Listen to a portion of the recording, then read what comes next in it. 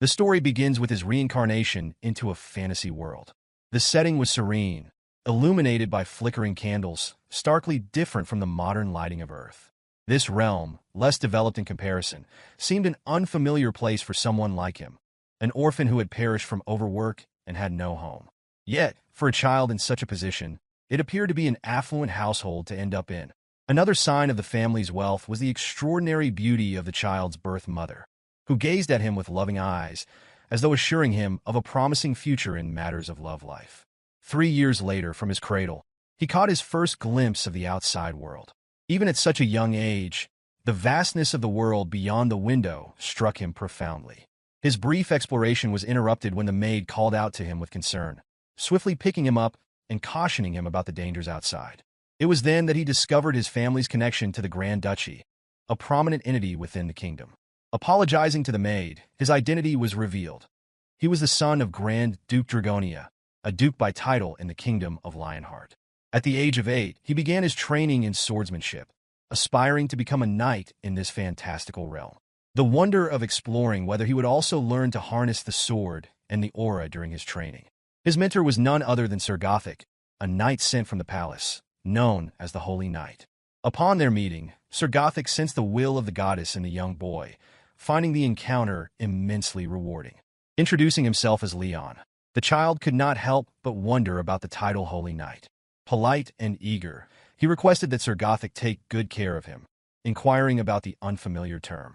At 14, the training was grueling. He was asked to drag a large rock tied to a rope, sweating profusely. In an outburst of frustration, Leon expressed how difficult it was to deal with Sir Gothic's training regime. To the young boy, it felt like mistreatment. Over the years, he learned that the title of Holy Knight referred to a powerful entity, cloaked in human form. Achieving such a position was an incredibly arduous feat. Sir Gothic explained that one could attain the title through rigorous training, completing quests, earning experience, and valor. The Holy Grail, a ritual involving the drinking of holy water, was also part of the process. Furthermore, as the son of Dragonia, Leon bore the responsibility of mastering the knowledge required to one day take up the mantle of Grand Duke. Gothic emphasized the importance of unwavering focus, not just in combat, but in preparing for Leon's eventual role as the successor to the Grand Duke. As Leon trained, he found himself contemplating the existence of a deity. Though he did not adhere to any specific religious belief, he yearned for salvation, hoping for recognition from the goddess. At 16th, he wandered the world, seeking acknowledgement from the higher power to become a holy knight. It was said that fame and good deeds would draw her attention, an idea Leon found absurd until he noticed a commotion at the distance. Amidst the chaos, a concerned voice questioned the influx of orcs, asking Sir Gildas if it could be the end, pleading for the goddess's protection. Despite the overwhelming threats, countless opportunities to wield his sword arose, leaving Leon anxious. He angrily questioned the audacity of invaders tainting the kingdom's territory, striking down monsters with his sword, and reflecting on the kingdom's long-standing battle against such threats. At 20th, Leon faced constant challenges, until he finally met the goddess. She acknowledged him as the son of Wulfric Dragonia and confirmed the truth in their words. Calmly, she presented him with a quest to test his honor and faith, which Leon humbly accepted, addressing her as Ariana. The existence of the goddess was now undeniable. After years of arduous toil, Leon ascended to become a holy knight. His path led him to countless battles against orcs, goblins, and an evil cult. His valor eventually earned him the title of War Knight, granting him authority to lead other knights. He led a conflict that resulted in the demise of 700,000 orcs, men, women, and children alike, which left him feeling revitalized for the carnage caused. After 35 years, the revered Argent Majesty Lionheart, known as the Living Saint and Demigod, met his demise while Leon was locked in battle with the archdemons summoned by the Empire. The uprising of demons, alongside the ever-present orcs, added to the chaos, underscoring the necessity for humanity to embrace faith in the gods and live devotedly. Despite the aggravation caused by the Empire's magicians, a pressing need arose to elect a new holy knight, one who would succeed King Lionheart, who had died honorably. Amidst the turmoil, the goddess addressed Leon Dragonia, acknowledging him as her faithful knight, a symbol of honor and faith, and selected him to ascend as the successor of her will. As she descended upon him, Leon humbly bowed before the goddess, accepting the weighty responsibility that came with the position, despite the exhaustion it brought. His commitment was unwavering. He could not afford to disappoint the kingdom's citizens or the knights who followed him. Transferring the sacred treasure, the lion heart, to Leon, the goddess entrusted him with safeguarding the Holy Grail. Thus, he ascended to become the Grand Duke of Dragonia and the king of the Lionheart Kingdom. Over the course up to 80th year of his life, numerous significant events unfolded: a trilogy of major wars against orcs, the evolution of a peculiar hunchback goblin into an archdemon, and the Empire's constant efforts to create chaos. One day, a guard alerted Leon, addressing him as His Majesty, about the Empire's dark magicians resuming their experiments, defying divine authority. Outraged, Leon condemned their actions as foolish and dangerous, calling them divine separatists attempting to defy the natural order.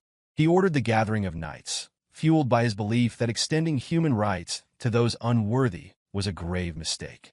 Conquering them all seemed like a necessary course of action. 96th year of his life, the Empire crossed a pivotal line. The Emperor, with aggression in its tone, offered 3 million live sacrifices, pleading desperately for their request to be granted. The Emperor, once fearful of death, tragically ended his own life, along with 3 million citizens from the capital, summoning the Lord of Chaos in a final act of despair. Leon, undeterred, rallied his knights and unsheathed a holy sword still marked with the grime from the previous year's orc encounters. He commanded his guards to march toward the Empire. 121st year, they set forth toward the Empire. Yet despite his earnest efforts, the world seemed to be crumbling. Contrary to his deepest desires, he endeavored to conquer all darkness with the purity that resonated across the land. Yet he couldn't halt the advance of evil. One of his guards, addressing him as Lord Leon, prompted a response from Leon, who acknowledged Sir Arin and reflected on his father's honorable demise as he joined the gods' feast. The goddess's words echoed in his mind, and Leon rallied his troops, urging them to observe the scene before them. He noted the fear trembling in their comrades, the haunting sound of villains echoing across the land, and the heart-wrenching sight of women consoling their weeping children, silently enduring their own grief. These were the same individuals who had stolen away their brothers. Leon shouted, enraged, questioning whether they could hear the anguish of their brothers, the young ones grasping at the fading flames of resistance, questioning whether they could sense the villains who had torn away their loved ones, and witness the knights striving to sow seeds of hope in a land drenched in blood. He asked further whether they perceived the threats attempting to desecrate everything. Leon commanded his troops to feel enraged within and to cry out against the fools deceived by false victory.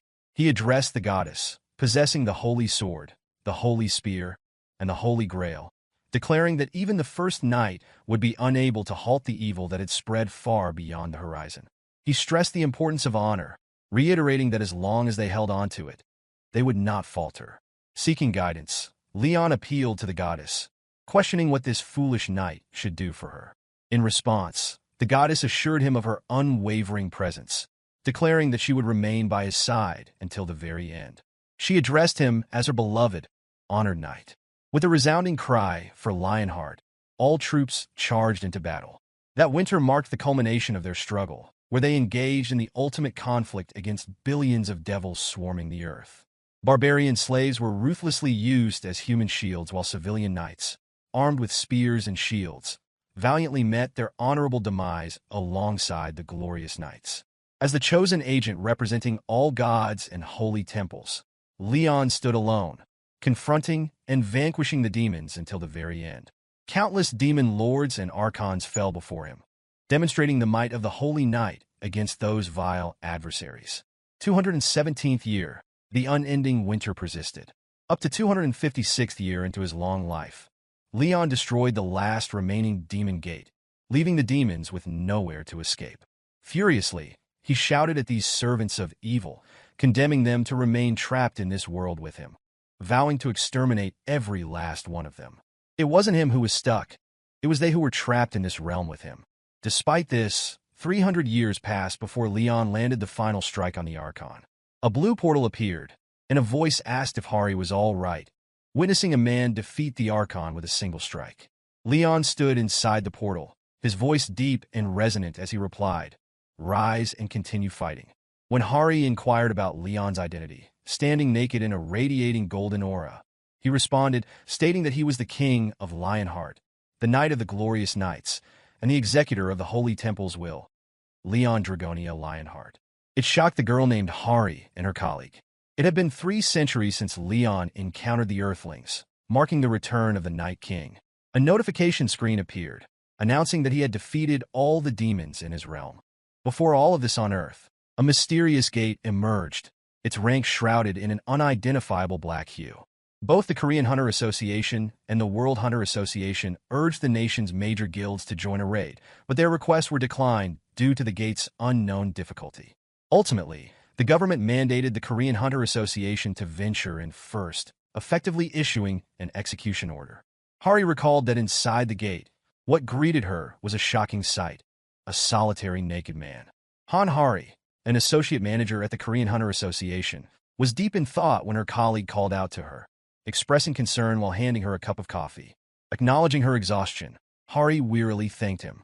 Kim Jin-soo, the head manager of the Korean Hunter Association, inquired about the situation. Hari responded, stating that no one had believed it.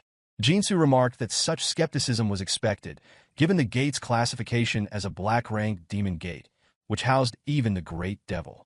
He acknowledged the miraculous feat of her returning alive without any aid from other guilds, let alone clearing the gate, an accomplishment attributed to just one man. Leon was then questioned if he was a survivor from inside the gate, to which he confirmed, identifying himself as a survivor from another world. This confused Hari and Jin-soo, who listened in from the other side of the glass window. There have been sporadic instances of individuals surviving within the gate realm. These gates, which had appeared worldwide over the past 3 decades, shared commonalities. They depicted worlds on the brink of destruction or already destroyed.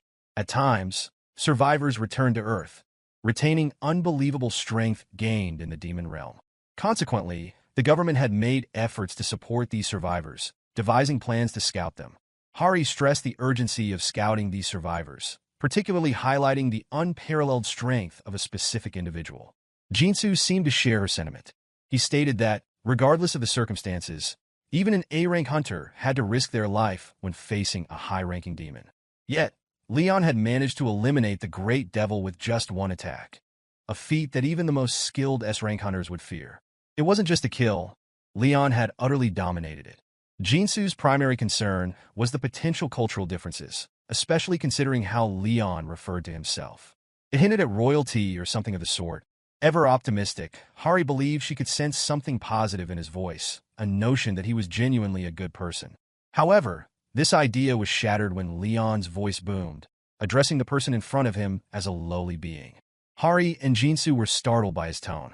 Leon continued, angrily bellowing about the barrier that even monsters couldn't breach, expressing outrage at anyone daring to tarnish the noble Lionheart name. The manager, taken aback, questioned whether this individual could truly be considered a good person. Hari cautiously attributed his behavior to potential cultural differences. 15 minutes earlier, Leon had reflected on his feelings of foreignness in certain aspects. It was a given, considering his background. He had been an orphan who toiled through his 20s, meeting his end due to exhaustion, only to be reincarnated into another world.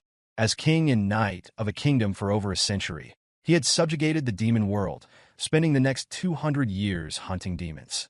Now, 300 years had passed, and he felt relief in retaining some memories of his past life on Earth. A bald man spoke to Leon, addressing him as Leon Dragonia Lionheart. Leon pondered the situation, recognizing that revealing his past as an Earthling wouldn't serve his interests. He wondered if being a Night King who had lived for 300 years in another world was more impressive than being a man who died from overworking in his 20s. Furious, he demanded that the man refer to him as His Majesty, calling him a peasant. The man, shocked, hesitated but complied. Leon observed that the man was playing along, pondering whether this was due to the man's kind nature or if the government was simply cautious in approaching survivors like him. The man cautiously inquired about the Black Gate, or rather, Leon's world and his encounters with the hunters, asking about the demon slayings.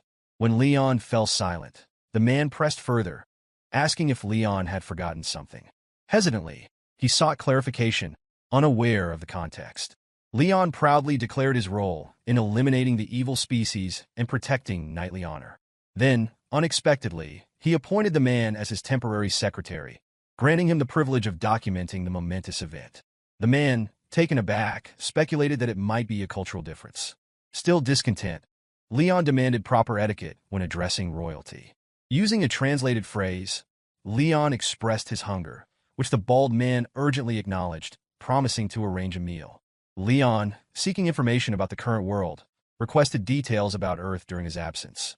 The man murmured in affirmation, agreeing to provide Leon with an explanation. He began by telling him that the nightmare had commenced 30 years ago when gates began appearing worldwide, unleashing monsters and demons. Since then, the world had been in a constant state of emergency, facing significant losses. Each gate, he explained, carried a distinct theme and a clear quest. If left unattended, the gate would trigger a dungeon break, leading to monster invasions on Earth. The man informed Leon that the meal might be ready, just as they heard a knock on the room's door. Leon reflected on the differences, noting that in his world, demons had appeared in mass. Unlike these gates, which had specific themes and quests, it seemed as though they were designed to train humans through trials. The bald man enthusiastically entered the room, carrying food for His Majesty. Inspecting the dish, Leon recognized it as bone broth simmered for hours, seasoned with salt, pepper, and crunchy kimchi, a familiar taste akin to the soul food of his laboring days on Earth. The dish carried sentimental value for him, as familiar foods often felt more comforting than new ones. Yet, as he tried to hold on, saliva began to accumulate in his mouth. Puzzled, he questioned the nature of the dish. The man clarified, calling it xiaoliang tang, known as the soul food of peasants. To his surprise, Leon angrily shouted, feeling insulted. He could not fathom that a royal from another kingdom would be served what he considered a peasant's dish. Outraged, he proclaimed his titles. He was a royal from another world, the proxy of the gods, the guardian of the Holy Grail, and the possessor of the Holy Blade and Holy Spear. The man murmured, seemingly not understanding the situation. Leon's anger flared, and he grimly demanded the inferior peasant leave the room. He continued to list his titles: the Slayer of Malice, Lord of Chaos, Adversary of the 23 Great Devils, and the embodiment of the 300-year war history. Leon then reflected on his return to Earth after 3 centuries. His immediate observation was the chaotic state of the world. He attributed this disorder to the lack of proper religious faith and believed it was the duty of the royal family to enlighten the foolish peasants. Despite being back on Earth, Leon retained his identity as a Night King. Later, as Leon ate steak, Jinsu appeared surprised that Leon recognized their chicken and black bean noodles. Jinsu encouraged Hari, who was flustered, to take the lead, suggesting that Leon might be more intrigued by her. Hari, though complimented on her bravery, expressed frustration, noting that the only thing Leon had acknowledged was her courage. Peeking in from the door, she apologized deeply for interrupting the king's meal. In response, Leon wiped his lips and recognized her as the swordswoman from earlier, inviting her to sit down. Pleased by the positive attention, Hari hesitated before inquiring about the meal's quality. Leon calmly responded, acknowledging the sincerity and finesse of the chef. He clarified that the issue wasn't with the simplicity of the food, but with the attitude displayed toward the king. He added, emphasizing that foreign royalty should be treated with due respect in accordance with the status of their nation. Hari, feeling apologetic for her lack of knowledge and any disrespect shown, assured him she hadn't intended any offense. Leon assured her it was fine and redirected the conversation. He asked if her name was Han Hari, and then expressed awareness of the current world, asking if demons, those malevolent beings, had appeared on Earth. Hari confirmed the statement, revealing that her sole mission was to persuade him to join the Hunter Association. She contemplated how important it was to get him to join their cause. Eagerly, she asked if he would grant permission for the South Korean government to take care of him from that point onward. The 21st century intelligence war was focused on recruiting survivors, and it was crucial to prevent them from aligning with other nations. Leon asserted that as long as he was established in this world, it was his duty to take to the battlefield. As an honorable knight, it was only proper for him to engage in combat. Hari eagerly asked if he would consider joining their Hunter Association. Leon, with a glint in his eyes, responded that a king could not serve in another nation's military. Instead, he intended to establish a new order of knights in this world. Hari was shocked, but could only nod in response. Curious about the reaction from higher authorities, she asked Jinsu. He explained that there wasn't much to say, except that they needed to offer as much support as possible. He felt relief that Leon hadn't aligned with another country or major guild. In a weary tone, Hari expressed her frustration with the idea that their association, linked to the government, had to show deference to Leon. Hari's anger flared as she vented her frustration at the situation, attributing the mess to the influential and wealthy guilds who wielded power and influence. The manager responded in agreement, acknowledging the Phoenix Guild's involvement in the matter. Their conversation was suddenly interrupted by an urgent alert signal, indicating a dungeon break at the Honan Plains. Jinsu's eyes widened in shock at the implications of a dungeon break occurring at such a critical location, a vital granary. The potential consequences for food production were dire. Meanwhile, Hari reflected on the Phoenix Guild's association with the renowned S-rank hunter Li Yongwan, pondering whether his capabilities could not prevent the orange-colored gate from wreaking havoc. Jinsu's anger flared as he expressed his firm belief that the guilds may have ulterior motives behind this incident. He demanded immediate action to prevent any schemes from unfolding. Unbeknownst to them, Leon listened attentively from behind the closed door, gaining a comprehensive understanding of the situation. He contemplated the potential ramifications of a dungeon break, recognizing the devastation it could cause to the land, infecting the soil and hampering crop growth. Observing the situation, as a knight of light, he quietly questioned Demera about their well-being in the Hall of Gods, while Leon praying in preparation to face the looming crisis. Meanwhile, another soldier called out to Hunter Yongwan, seeking answers amidst the chaos. Yongwan, an S-rank hunter and the guild master of the Phoenix Guild, stood amidst the turmoil, inquiring if the person addressing him was from the association. Mockingly, he addressed Section Chief Kim and teased the rookie, Hanhari. Jinsu, furious, seized with anger. He believed Yongwan had orchestrated the dungeon break as retaliation for their refusal to accept the Phoenix Guild's demands. The Phoenix Guild had persistently sought tax exemptions for their substantial profits from gate-related activities, including magical crystals and monster materials. The request had amounted to a staggering tax exemption of 1 trillion. Jinsu viewed this as an act of vengeance for the guild's unmet demands. Frustrated by the excessive privileges enjoyed by large guilds, Jinsu found it outrageous that the Phoenix Guild would resort to such extreme measures simply because their requests had been denied. Meanwhile, Hari confronted Hunter Yongwan sternly, emphasizing the urgency of closing the gate immediately. She stressed the critical time frame of 1 week, warning of the catastrophic risks if the gate remained open for too long. Yongwan responded calmly, with a faint smile, acknowledging the situation's severity and the imminent transfer of gate authority. He expressed concern for the critical condition of his guild members, noting the challenges they faced in executing a raid with such serious injuries. Despite his intention to attempt the closure by the next day, he remained uncertain about the outcome given their circumstances. Hari's eyes narrowed as she confronted him with grim seriousness, questioning his lack of patriotism and the dire consequences they faced. Yongwan, however, casually dismissed her concerns, remarking on her perceived childishness. He reminded her of a discussion they had in the past, cynically highlighting the prevalent notion in this world that justice equates to money and power. Leon, silently observing the exchange, couldn't help but reflect on their shallow and outdated perspectives. Suddenly, Hari was taken aback as Leon made his presence known, stepping forward with a commanding presence. She hesitantly addressed him, respectfully referring to him as Leon, before abruptly corrected herself. Leon, adopting a serious demeanor, advised Hari against using a king's name so casually, asserting that she could address him only by his title. Yongwan, carelessly addressing Leon, asked about his identity, commenting on his Western appearance. This provoked an intense reaction from Leon. His eyes narrowed, and he silenced Yongwan with a fierce expression, questioning his audacity to speak in such a manner. Yongwan, enraged, anger boiled in his mind, offended by Leon's words, but Leon remained unmoved, his expression cold and resolute. Hari quickly intervened, addressing him as Hunter Li Yongwan in an attempt to diffuse the tension.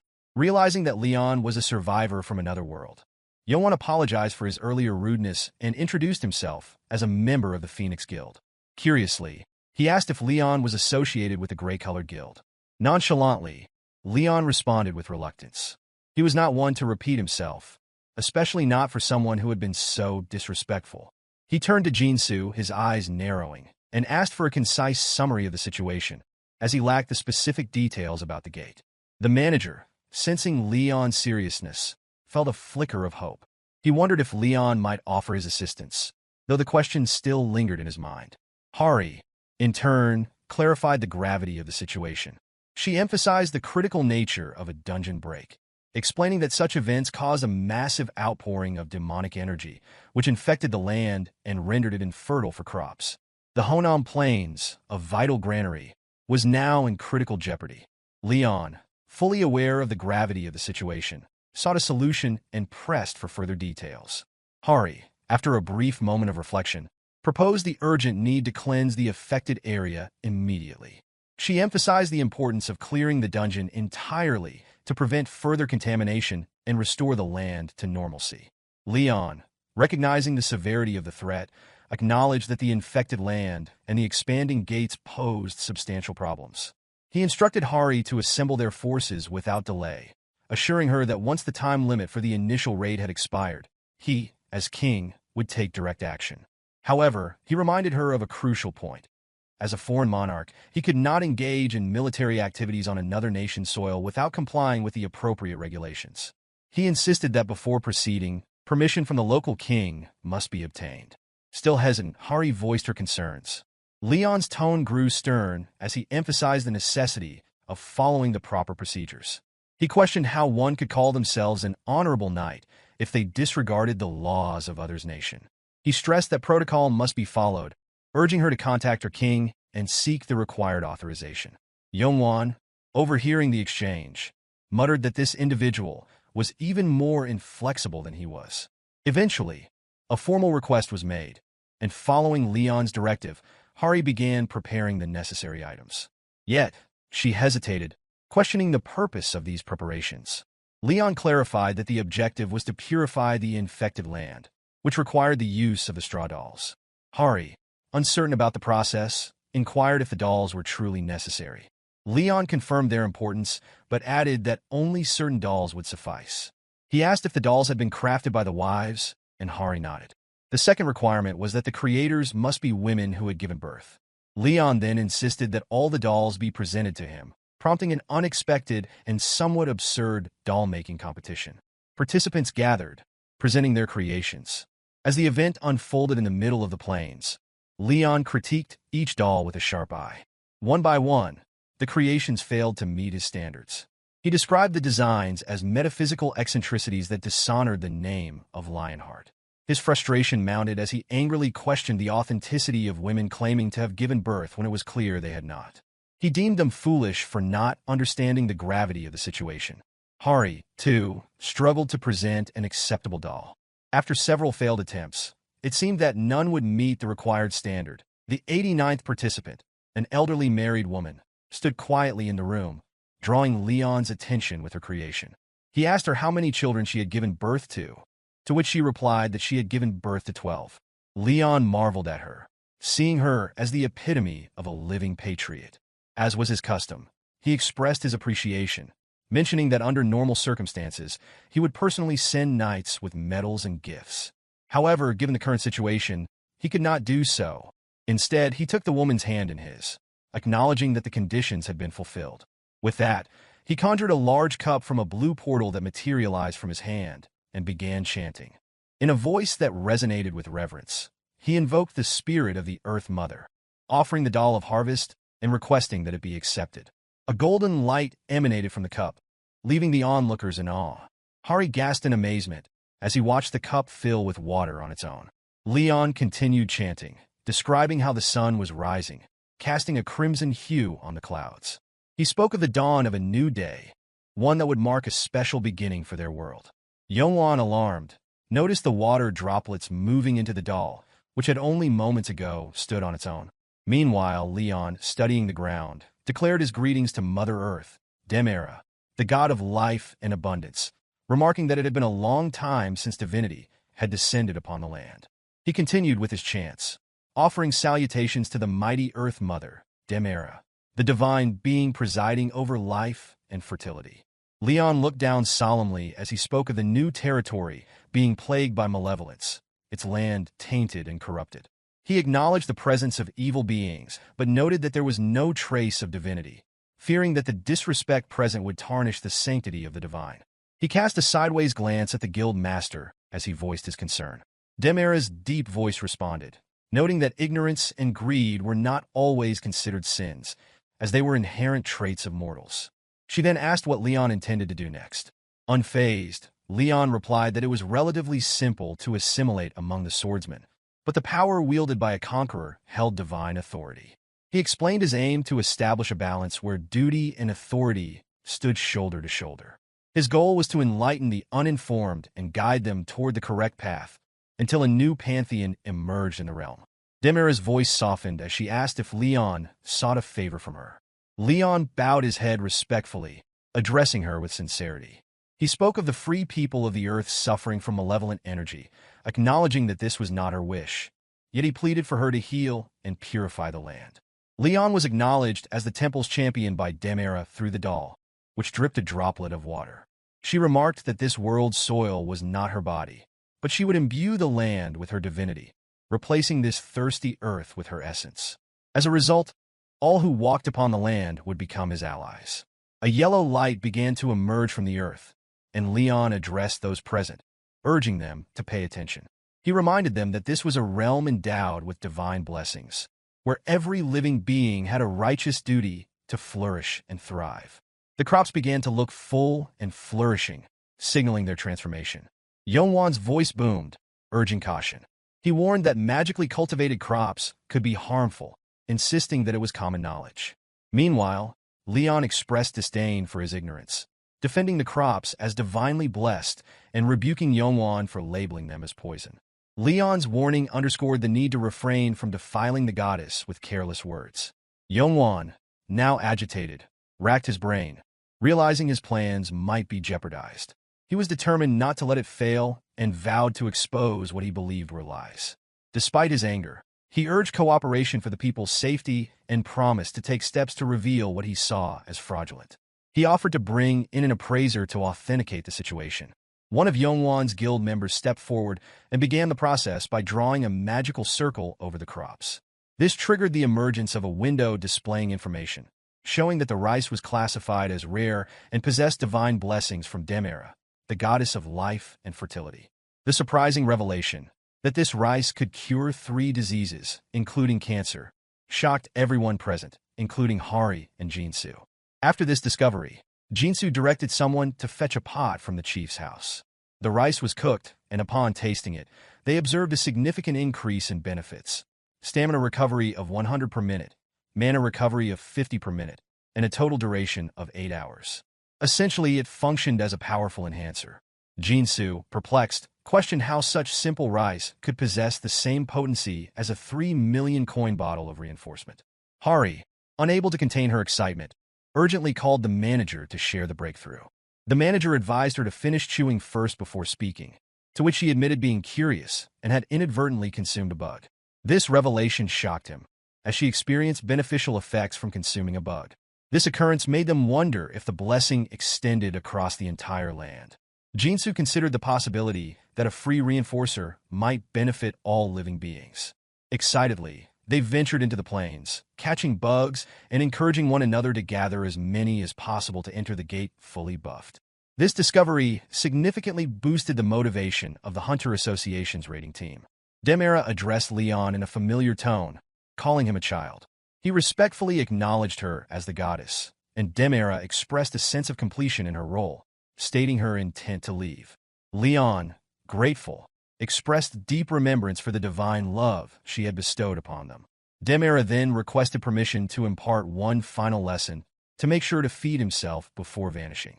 Hari, intrigued, started to question Leon, but he swiftly explained the concept of divine power. Hari continued her inquiry about the existence of a god in this world. Leon admitted uncertainty, emphasizing that a world sustained by divine power formed the foundation of a proper life. He then directed attention to the soldiers, indicating their readiness to enter the gate, now that they were fully prepared. Yongwan's comrade expressed concern, addressing him as the guild master and worrying about potential issues arising from their current situation. Yongwon, visibly upset, vented his frustration about the interference of the survivor, blaming the predicament on this individual. He expressed a strong desire for the survivor to perish inside the gate, contemplating it as a potential solution. His comrade, taken aback, inadvertently uttered Yongwon's name, but was reassured not to fret. Yongwon mentioned that the gate had already been partially raided, and the soldier reflected on the challenging nature of the middle section of the gate's interior. He noted, however, that only one A-rank hunter remained inside, Hanhari. Despite acknowledging Leon as a survivor with a supportive role rather than combat prowess, Yongwon expressed confidence in their group's ability to handle the situation, believing the survivor's presence wouldn't significantly affect the outcome of their mission within the gate.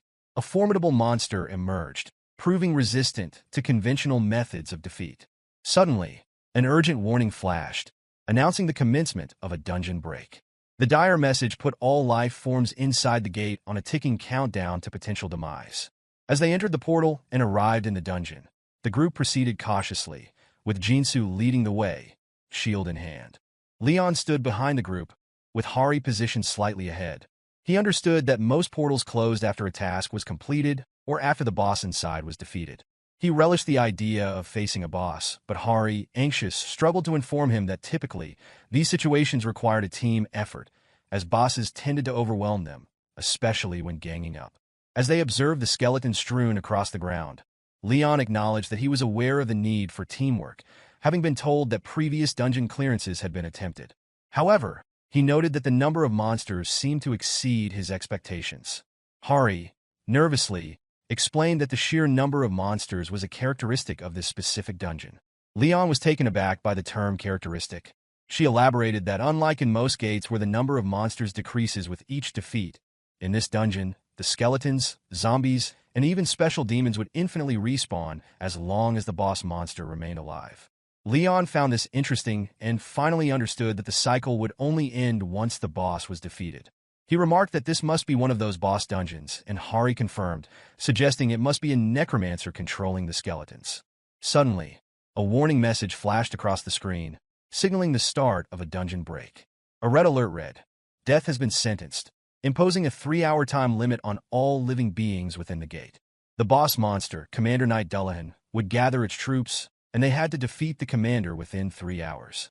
Frozen in place, the group felt the weight of the impending challenge. Jinsu, unable to contain his frustration, shouted curses at Yongwon for failing to warn them about such an obstacle in advance. Hari appeared somewhat nervous, but Leon remained unfazed. The group's attention turned toward a hand gripping a knight's helmet, its eyes emitting a haunting blue glow on a rocky perch. As the horse reared on its hind legs, hundreds of skeletons appeared before the massive boulder. Another window appeared, displaying a countdown. 2 hours and 58 minutes to defeat the Commander Knight, as the skeletons prepared to launch their assault. The skeletons cast a shadow of doubt, lowering the group's morale amidst the looming threat. The group began discussing the overwhelming number of skeletons, with one turning to the manager to inquire about the distribution of potions to boost their spirits. The manager attempted to rally the group, emphasizing the critical need for concentration, especially in allocating potions to the upper ranks. He directed Mashik, a skilled archer, to assess the current number of archers and mages. Mashik activated a skill that allowed him to spot 2 enemy mages and 30 archers. Chief Jinsu commanded the snipers to eliminate long-range fighters and instructed those with shields to block the advancing skeletons. Hundreds of skeletons closed in, launching relentless attacks. Jinsu, shouting, wished the skeletons good luck facing him. As the vanguard, he's skillfully blocking their initial strikes. However, their strength exceeded expectations. Despite the ferocity of their assault, Jinsu concluded that while the orange gates were on a whole different level, they were still manageable for a tank of his rank. Swift and precise, he shattered the skeletons with the prowess of a B-rank tank. Amidst the skirmish, he noticed 2 mages casting spells behind him. Surprised by the advanced skills displayed by mere skeletons, he decided to divert their attention. He shouted, directing the skeleton mages to focus on him. As magical projectiles flew toward him, his comrades grew concerned, but he withstood the onslaught. Reassuring them, he casually mentioned that it was just a minor sting and that his expensive gear had held up. The headless knight stood before him, radiating menace. Unfazed, Jinsu locked eyes with the formidable foe, clad in black armor and surrounded by a blue aura. The knight struck, and though Jinsu barely managed to block the blow, the force threw him back, sending him crashing into a pile of rocks. Hari, gripped with worry, watched helplessly as Jinsu struggled. Eager to assist, another member of the group turned to Hari, seeking guidance on the next move. They questioned whether they should call upon the reserve forces for help. Hari pondered for a moment, recognizing that this was precisely the role of the reserve forces. They needed to act soon.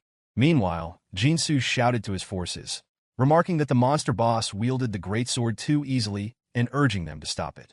Hari, still considering their options, realized that despite Leon being the king of Lionheart, who had defeated a demon king, there was no time to wait for reinforcements. A solution was urgently needed. Approaching Leon, she pleaded for his assistance. However, Leon remained calm and responded that a king does not intervene in trivial battles. Hari, perplexed, struggled to understand his response. Leon's words suggested that they must find ways to build their own honor. Leon expressed disbelief that Hari would try to force him into assisting with the battle against the skeletons, deeming such an attempt rude to the goddess. He asserted that he could no longer bear to watch the unfolding scene. Frustrated by Leon's indifference, Hari found herself at a loss. The group turned to her, seeking direction on what to do next. While she didn't fully grasp Leon's message, she quickly realized there was no time for contemplation. He had no intention of helping. It seemed to her that he had no interest in anything except the Dullahan. Meanwhile, Leon pondered how the undead moved so fluidly, his mind racing as the time ticked away. Hari's focus, however, had shifted entirely to the Headless Knight. Unsheathing her sword, she made up her mind to defeat the boss. Encouraging the group to support Jinsu and their allies, she fearlessly charged forward. She cut through the ranks of skeletons and used one of their heads as a springboard, propelling herself higher to charge to the Headless Knight. With a powerful strike, she aimed for the knight, but he skillfully parried her attack with his great sword. Despite her disappointment, Hari understood that the key was to separate the knight from the rest of the group. To her surprise, the knight discarded his head, preparing for a devastating attack with his fist. Bracing herself, Hari wondered if the knight had done this to block her view. She tried to block the assault, but the impact sent her flying backward. Unwavering, she quickly regained her composure only to find the Headless Knight standing before her once more. Having partially achieved her goal of separating him from the group, she apologized to her comrades, acknowledging that her range of skills was too large. Suddenly, a colossal explosion engulfed the scene, but the knight effortlessly dispersed it, displaying unyielding resilience.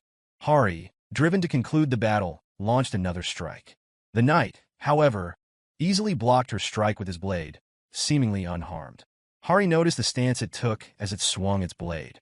Just as the strike about to reach her, a voice interrupted the fight, expressing admiration. Leon stepped forward, applauding, and expressed regret to the Headless Knight for underestimating it as merely an undead creature. With a noble gesture, Leon offered the knight the chance for an honorable duel, walking toward Hari and the Death Knight. He insisted there was no need for further casualties among their troops, proposing that the conflict should end with a noble duel between two warriors. Pride in his voice, Leon shouted his proposition, leaving Hari, Jinsu, and even a skeleton among them in utter disbelief. Initially silent, the Headless Knight eventually embraced the challenge. The skeletons lurking in the cave became intrigued by the captivating showdown between Leon and the knight. Slowly, they approached, their hollow eye sockets fixated on the duel with rapt attention. Leon stood confidently before the monstrous boss, displaying a mix of arrogance and respect. He summoned his sword, its gleaming blade catching the faint light, and commanded the Headless Knight to remove his helmet. The knight remained silent, his intentions concealed behind the armor. With unwavering determination, Leon asserted that he was certain the knight fought with a two-handed sword, telling him to discard his helmet. Enveloping his sword with a vibrant golden aura, a manifestation of his skill and power, Leon readied himself. As the imminent clash drew near, Hari approached Leon, informing him that the Headless Knight could only be defeated if decapitated. Unfazed, Leon asked if this detail was crucial to their victory. Hari was taken aback by his brazenness, but affirmed that it was indeed critical. She pondered how Leon intended to emerge victorious if he couldn't execute the decisive blow.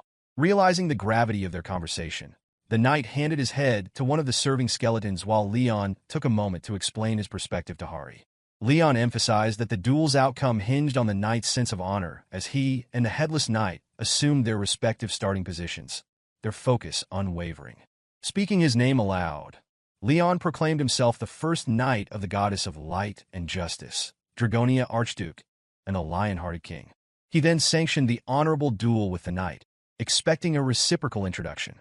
However, the knight remained silent. As soon as Leon announced the beginning of the duel and finished uttering his own name, the headless knight gripped his sword with certainty and charged forward, unleashing a powerful attack. To Leon's nonchalant surprise, he effortlessly blocked the strike, his skills far surpassing those of the knight. Observing the knight's movements with a kingly attention, Leon almost anticipated its intentions with precision. He parried the attack, altered its path, and lightly touched the headless knight with his blade, counting 1 to signify the first when he landed. Leon readied his sword once more, aiming it directly at the knight. His voice resonated with determination as he declared the start of the second round. Unfazed, the headless knight raised its sword, preparing for another powerful strike. Hari and Jinsu, witnessing the intense clash, grew increasingly concerned for Leon's safety. Ever the discerning critic, Leon observed the knight's flawed footwork and swiftly brought his sword down. Jinsu and the group could scarcely believe their eyes, their faces displaying a mix of astonishment and bewilderment. Hari found the turn of events nearly unbelievable. The chief turned to her, seeking confirmation whether she saw that. Among them, she was the sole individual truly understanding the intricate nature of the duel. Filled with awe in her voice, she explained how Leon was indeed altering the trajectory of the knight's sword precisely at the moment their blades made contact, executing a daring crosscut, a maneuver rarely attempted by anyone. Undeterred by his previous defeat, the headless knight stood resolute against Leon's determination. The knight displayed a mix of admiration and amusement, standing tall as Leon lightly touched him with the tip of his sword for the second time to signify his second win. Once again, Leon instructing the knight to return to the starting position, acknowledging the knight's overpowering resilience. The ongoing duel between Leon and the headless knight showcased their skill and unwavering resolve with each clash of their blades. The knight pondered, realizing it had been a long time since he encountered a knight who treated him as one and requested a duel. It seemed like a ploy to avoid a difficult situation. Anyone would have thought that the suggestion to dismount from the horse was nonsense. The knight, standing tall with unwavering posture, possessed the demeanor of a seasoned veteran, whose history was woven with countless battles. His starry eyes, ceaselessly pursuing honor and eminence, commanded attention. He contemplated his strategy, preparing for the next sword attack as his foe launched another assault. With grace, Leon struck, easily overpowering Dullan. With a flick of his wrist, Leon tossed aside the knight's sword and lightly touched him for the third time. Embodying what he believed to be the essence of an honorable knight, Leon offered the knight a chance for an honorable yield, asked if he wished to continue. The headless knight, as once was an honorable knight's, preferred the challenge of fighting as a knight rather than relying on necromancy. He yearned to engage with Leon countless times, embracing the knightly way. Charging at Leon once more, he launched a relentless series of attacks, but each strike was effortlessly parried. The knight wished not to employ necromancy, but to wield only his blade, reminiscing about dueling famous knights in his past wanderings and honoring the knightly tradition. He had long forgotten the art of combat with honor.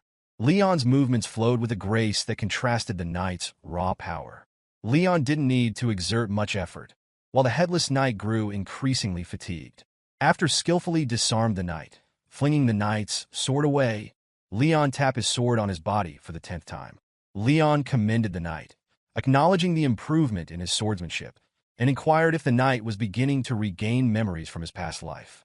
The knight confirmed this, expressing that indeed, he was returning to the glorious days of his past. Leon addressed the headless knight, asking if he desired to continue the duel. The knight called upon one of his loyal skeletons, which held his detached head. The knight indulged in a moment of reminiscence, reflecting on his extensive history of causing massacres. He lamented how long he had fought without honor and how he had wasted years without purpose. With newfound purpose, he declared that ending his life in this honorable manner would bring him joy. He lifted his head, and offered it to Leon as a symbol of the duel's significance. Filled with a mixture of joy and respect, Leon accepted the once headless knight's gesture. Placing his hand on the knight's head, he offered a prayer, a gentle plea for solace and rest. A bright light illuminated the cave, its radiant glow emanating from the knight and spreading throughout the area. Leon expressed his happiness that the knight had regained his honor, praying that if the knight had a god, that God would grant him peace. If no god accompanied him, Leon hoped a benevolent force would guide him on his journey's end. Leon expressed his desire to reunite with the knight someday, perhaps at a festival in the banquet hall of the gods. As the light grew larger, it enveloped the knight's whole body, dissolving them into nothingness. The Death Knight let out one final prayer, beseeching that glory lie with Leon Dragonia Lionheart. As the brilliance faded, the group found themselves back in the familiar surroundings of the rice fields. Filled with admiration, Hari turned to Jinsu and informed him that Leon had indeed kept his promise, resolving the matter through a duel. They pondered the nature of the magic Leon was displaying, its intricacies and origins. Hari remarked that he should have used that remarkable ability earlier in the battle. Overhearing their conversation, Leon explained that had he done so, the Headless Knight would have perished as a necromancer. Hari greeted him, appreciating his wisdom and adherence to the principles of honor. Leon continued, elaborating that a true knight lives for honor, and honor is born from deeds. Deeds can only happen when one possesses the will to undertake them. In the end, the Headless Knight received what he deserved, an honorable defeat that restored his lost honor. Leon then wondered aloud about the loot of the night, shifting the focus to his next objective. Hari, Jinsu, and Leon began inspecting the spoils of the duel. The knight's sword, a cloak, and a mysterious purple orb radiating with a vibrant violet aura. While Hari and Jinsu were surprised to see the loot, Leon remained unimpressed. Jinsu immediately noticed the orb's significance and concluded that it was far too costly. To his dismay, Leon destroyed it without hesitation, stunning everyone present. Leon explained that such items only bring chaos and destruction. That is how the Honam Gates raid was ended. Later, at the Leon's accommodation, Hari let out a deep sigh as she stood still, holding a cart filled with expensive food. Her face was filled with dread as she reflected on how, after only 4 days on Earth, Leon had already caused her to lose all hope. The first problem arose when Hari approached Leon about taxes. He shouted at her, questioning how a king of another nation could be asked to pay taxes. She suggested that he could pay using mana stones, but Leon dismissed the idea, stating that a king does not count as coins. He then questioned why she was discussing such matters, telling her that they should be handled by those under him, urging her to stop talking about coins as it was not his job. The second problem occurred when they gained new followers due to the introduction of divine power into the land. An elder asked how much they should pay in taxes, and with a serious face, Leon replied that they should pay him 19 trillion won and 90% of their crops as tithe. His sarcastic tone caused the elder to step back in fear. The taxes and the cost of living were already overwhelming, and the requirement of 90% of their crop yield seemed insane. Interrupting, Leon stated that as followers of the goddess, they shouldn't worry about being hungry. He assured them that welfare, the cost of living, and food would be taken care of by his guild. Hari then showed them a piece of paper revealing the incredibly high appraisal value of the rice. 15 billion won for 80 kilograms of blessed rice. The elders were surprised and praised Leon, realizing the enormous wealth they could amass even after the 90% tax deduction. They believed money reigned supreme. However, the primary concern remained Leon's residence in the apartment. When Leon entered, he began shouting, lamenting how the space resembled a battlefield.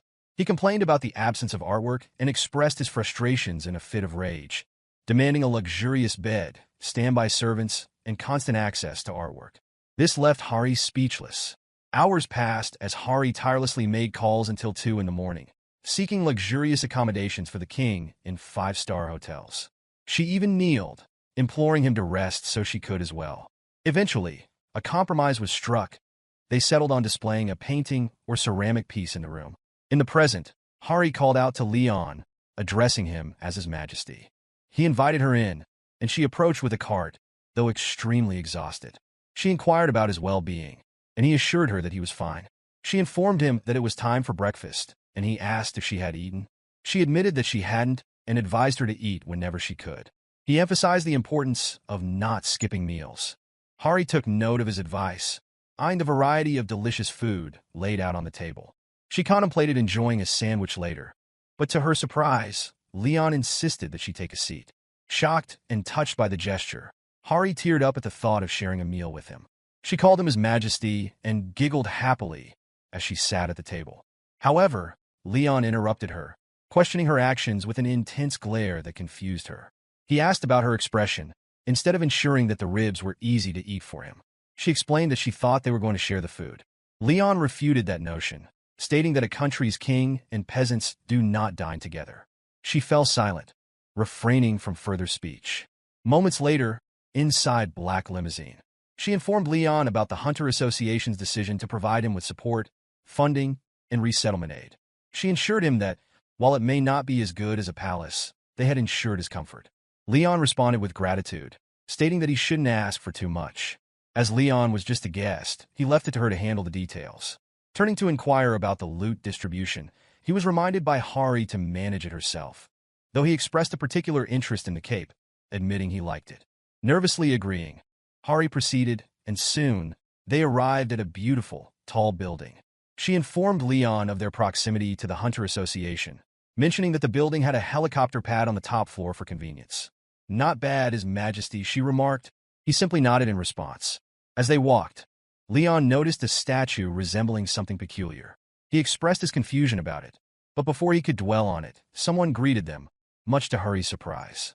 She had assumed Leon's presence here was meant to be a secret and questioned who the man was. The man, Park Jongchong, introduced himself as a member of the Duyung Group and the director of Food of the Future. Hari smiled upon hearing the name Duyung Group, acknowledging it as one of the nation's 3 major conglomerates, a truly wealthy company. She wondered aloud why the director was waiting for them. Zhongchang's glance carried an unsettling intention as he reached out his hand to shake Leon's. He remarked about the famous survivor, and with an evil smile, greeted Leon as Dragonia Lionheart. Leon remained silent, his expression one of disgust, questioning why a mere merchant would want to shake hands with him. Later, Hari and Leon found themselves in a room. She explained that the Hunter Association would provide the space for a year, covering utilities, rent, and offering room service and cleaning.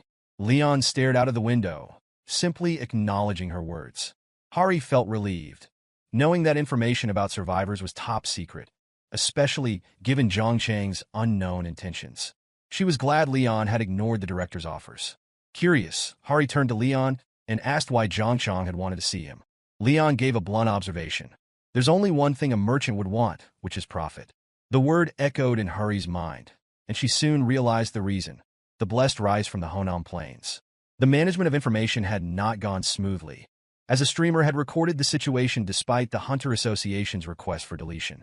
Glancing at her phone, Hari saw that the video had been re-uploaded under the account named Farmer Mr. Park.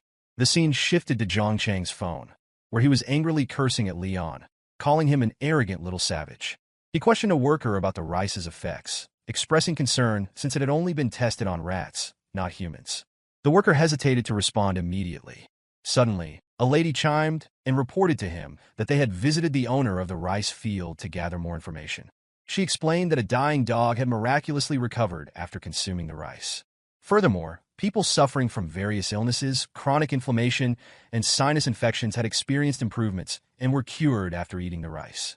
Both minor and major diseases throughout the village were seemingly cured by the rice's consumption.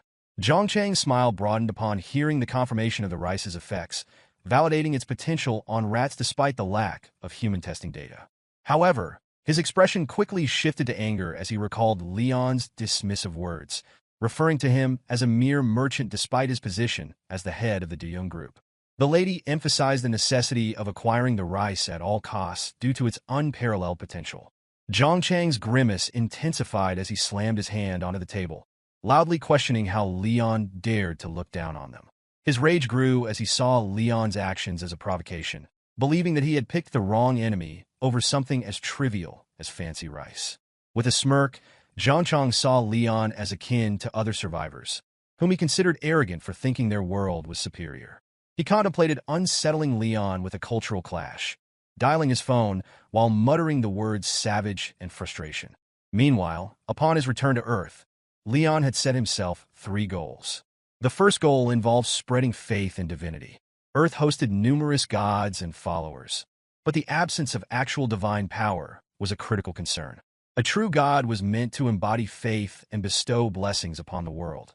Yet humanity was plagued by illnesses, and the lands were growing increasingly contaminated. To harness divine power, there was a crucial need for a new faith, one that would require more people to believe in a fresh deity. The second goal was the establishment of the Knights Templar on Earth, an organization of 5 knights that currently did not exist. Using divine power, if the guardian of the Holy Grail, the king of the Lionheart, was considered a demigod, then the Knights Templar would be regarded as saints. They would embody the essence of divine power, wielding it against evil forces with fervor and dedication. The final objective revolved around eradicating all evil on Earth by reclaiming divine power and elevating the Knights Templar. Standing beside a window, Leon pondered the necessity of spreading faith and preserving balance within the pantheon to elevate the Knights Templar, even though the concept of their existence on Earth might seem implausible. However, such thoughts didn't concern him much when Hari informed him of an official meeting request. He suggested there was no harm in hearing the person out, as they had followed the proper procedures. Later, John Chong and 2 others entered the room where Leon was seated. The director expressed gratitude for Leon granting the meeting, but as he gazed thoughtfully at him, it seemed as though he was delving into the man's very essence. Internally, John Chong contemplated whether he should lower himself for the sake of business, referring to Leon as a foolish savage. Despite his internal musings, he smiled and presented a large silver case to Leon, encouraging him to accept it. He anticipated surprise at its contents and eagerly unveiled the luxury items inside, believing that Leon could never imagine encountering such opulence. John Chong was convinced that once Leon experienced these items, he wouldn't be able to go back. He expected Leon to beg him to become his manager. Pride in his voice, Leon acknowledged John Chang's effort and decided to accept the gift. Meanwhile, John Chong pondered Leon's manner of accepting the gift, seemingly as if he was doing a favor by taking it. Externally, John Chong maintained his smiling facade, encouraging Leon to inspect the gift. Unfazed, Leon told Hari that there was no need for elaborate explanations about etiquette. He simply instructed her to open the gift. She nodded and approached the silver case, tapping it lightly.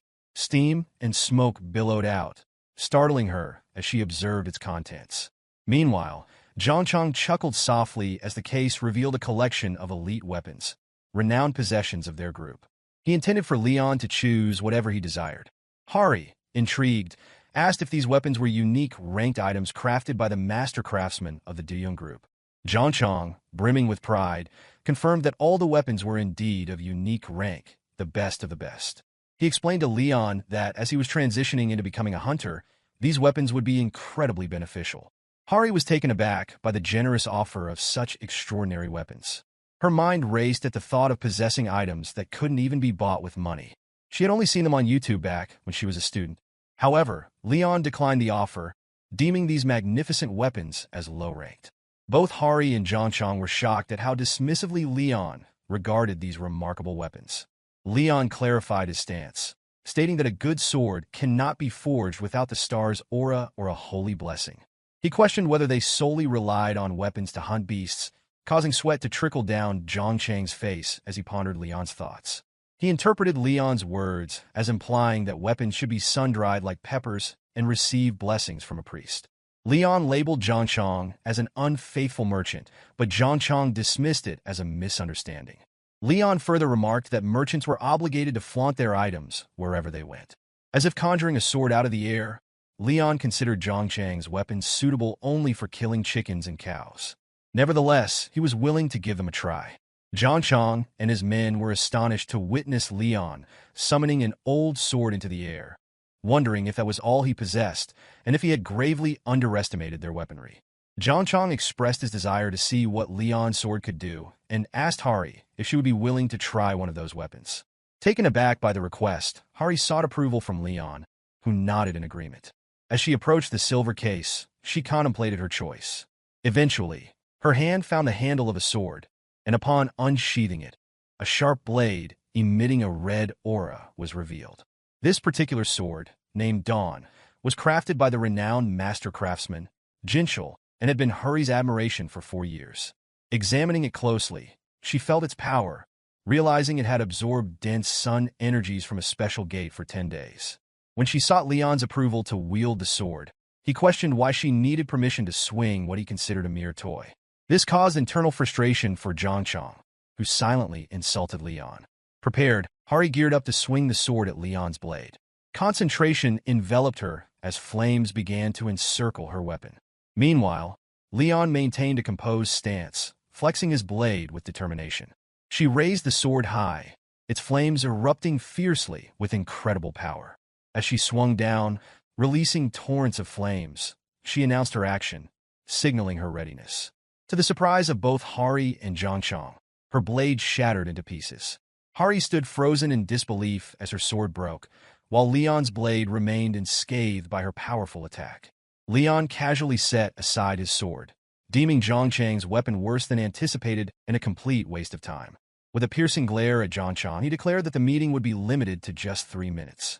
Zhang Chong, appearing submissive, was unable to respond, grappling to regain his composure after witnessing the Duyung group's supposed strongest weapon shatter before him. Zhang Chong and his group bowed their heads humbly, seeking patent rights over the rice grains from Leon. Perplexed, Leon sought clarification, prompting Zhang Chong to swiftly assure him of their willingness to pay. He confidently stated that the group was offering 180 billion for the rights. Zhang Chong knew well that the rice, capable of curing cancer, was worth far more than that, but he understood that the savage Leon did not comprehend the true value of 180 billion. Expecting its worth could drive him crazy. When Leon inquired if Zhang Chong wanted to buy the rice with money, he agreed, but with a condition. Leon must sign a contract granting the Duyung group a monopoly over it. He even suggested that if Leon desired, he could increase the price a little. Hearing this, anger flared within Leon like a glorious lion. He questioned Zhang Chong, asking if he dared to insult divinity. With immense strength, Leon unleashed his fury, left Zhang Chong and his group overwhelmed and powerless. They resembled frightened little puppies in his intimidating presence. Zhang Chong trembled in fear, convinced that his life would end as he faced Leon, who seemed like a gigantic lion with fiery, glowing eyes. Leon looked at him, calling him a fool, stating that he had confessed his sins. Overwhelmed, Zhang Chong fell to his knees, admitting that he didn't fully comprehend his mistake. With a gesture, Leon released the immense pressure and questioned Zhang Chang's ignorance and lack of civility. Leon explained that the crops came from land blessed by the goddess Demera. This blessing rewarded hardworking farmers who sweat and labor in the fields. It was not something that could simply be purchased with money. A grateful heart and faith served as the necessary payment. Leon criticized him, branding him as childish and a lowly creature who solely pursued profits by deceiving others. He questioned Zhang Chang's desire to possess divine products from a goddess he didn't even believe in. Afterward, Zhang Chong left, and night fell. Hari questioned Leon's decision to let him go so easily. She highlighted Zhang Chang's significant influence, despite being a lowly merchant. However, Leon dismissed the idea, stating that he was unaffected by someone as vulgar as him and considered it unworthy of concern. Changing the subject, he asked if she had prepared what he requested. Hari brought something over and mentioned the association's call, asking if he planned on taking the test himself. She suggested that it might simplify things. Leon was surprised by the suggestion and questioned the absurdity of her advice, asking why a king would need a test. Shocked by his response, she asked how he intended to proceed. Leon revealed his plan to search for skilled soldiers and asserted that he would personally test them. Hari quietly acknowledged the difficulty of his request, but Leon insisted on making it possible. His resolve brought tears to her eyes. A few days later, a black car was parked outside a large building. Inside, a surprised voice remarked on the unexpected sight, noting the person's presence once again that year. The voice belonged to team manager Kim Do-han. He greeted the man, mentioning that he hadn't seen him in a long time. The man introduced himself as Gu Daesung, an unaffiliated hunter. Do-han speculated that Daesung was there for a retest, praising his dedication and hard work. He inquired about Daesung's progress this year and predicted a swift rise in his rank. Daesung replied that he had to give his best shot. The old man extended an invitation for Daesung to join his team. Daesung, contemplating, reflected that even those without exceptional talent attained a C rank, yet he had remained a D-rank hunter for 10 years. Dohan praised his dedication and competence, assuring him that he would swiftly become an ace. He mentioned that while many considered mining to be hard labor, being on the team wasn't bad. Daesung acknowledged his 10 years of hard work, but remained resolute in his determination to continue improving. He reflected on his family and the challenge of repaying debts with earnings from dungeon raids. He needed to raise his rank to S rank so that he would no longer be a burden. Dohan looked surprised and informed Daesung about a foreigner who had caught their attention. They pondered whether he was European or a foreign. Despite his fair complexion, they were surprised and wondered if there were still economically struggling countries in the West. Their attention remained to Leon, who carried himself with an air of royalty. Dohan called out to Leon, referring to him as a young man, catching his attention. He then greeted Leon, who remained silent. Exuding a menacing presence, Leon questioned why a commoner was addressing him. Daesung witnessed the profound unease etched on Dohan's face, as if his very soul had abandoned him. Daesung remained anxious, telling Dohan that the foreigner had learned Korean in a peculiar manner, which Dohan acknowledged. When Leon locked eyes with Daesung, the man trembled in fear, sensing the overwhelming aura emanating from Leon's dominant presence. Dohan, noticing Daesung's reaction, questioned what was wrong, sensing the unease as he felt small and insignificant under Leon's immense pressure. An employee called out for number 57, instructing Daesung to proceed to interview room 2. He acknowledged and prepared to go, but Leon's intense gaze unsettled him. During the interaction with the employee, Leon contemplated his disappointment. He realized he hadn't come here for strong individuals, as no one seemed worthy of becoming a soldier. He considered that only low-ranked individuals or recent awakenings bothered to take the test. Then, an announcement called for number 77, Leon Dragonia Lionheart, to proceed to interview room 9. Leon pondered that he couldn't expect much from the outset. Upon entering the room, he found others already inside. One man addressed him by his name, Leon Dragonia, but Leon rebuked him, demanding to be addressed as His Majesty. Initially stunned, the man complied and adopted the respectful address. The man requested that Leon place his hand on a measuring device for the test. Leon intensely contemplated its purpose, delving deeply into its meaning. The instructor, noticing Leon's reaction, checked his chart, but Leon labeled him a fool, leaving the instructor bewildered. Leon argued, questioning how a peasant could dare to test the honor of a knight. The instructor attempted to clarify that the device conducted the test, not them, but Leon remained upset, criticizing the judges. He asserted that only honorable knights and gods could measure knightly strength, expressing disbelief that a mere machine could do so. The judges were shocked and confused, questioning Leon's presence. In response, Leon clarified that he had arrived in search of capable soldiers, only to be disheartened by the realization that even the judges themselves appeared lacking in competence. The judges were taken aback to realize that Leon was openly headhunting. He informed them that there was no one he found suitable and inquired about the next test. The judges then informed him about a test at the gate. Leon acknowledged that real skills were demonstrated through consistent training and realistic situations. His agreement to participate surprised the judges. At the Soul Gate, a voice asked if anyone felt dizzy or unwell, mentioning that some people suffer from motion sickness when passing through the gate. The Soul Gate, which typically closes after clearance, was left open for specific situations, serving as an example here. Daesung reflected that this year's strength measurement wasn't much different from the previous year. He realized he needed to excel here for better results. A girl admired the interior of the place and asked her older brother if it was a popular spot, but he advised her to turn off her phone. Daesung noticed them, recognizing the newcomers. An old man nearby commented on the pleasant air. Daesung estimated that they were all either D or C rank hunters. However, when he turned around, he spotted Leon, whom he recognized as a foreign.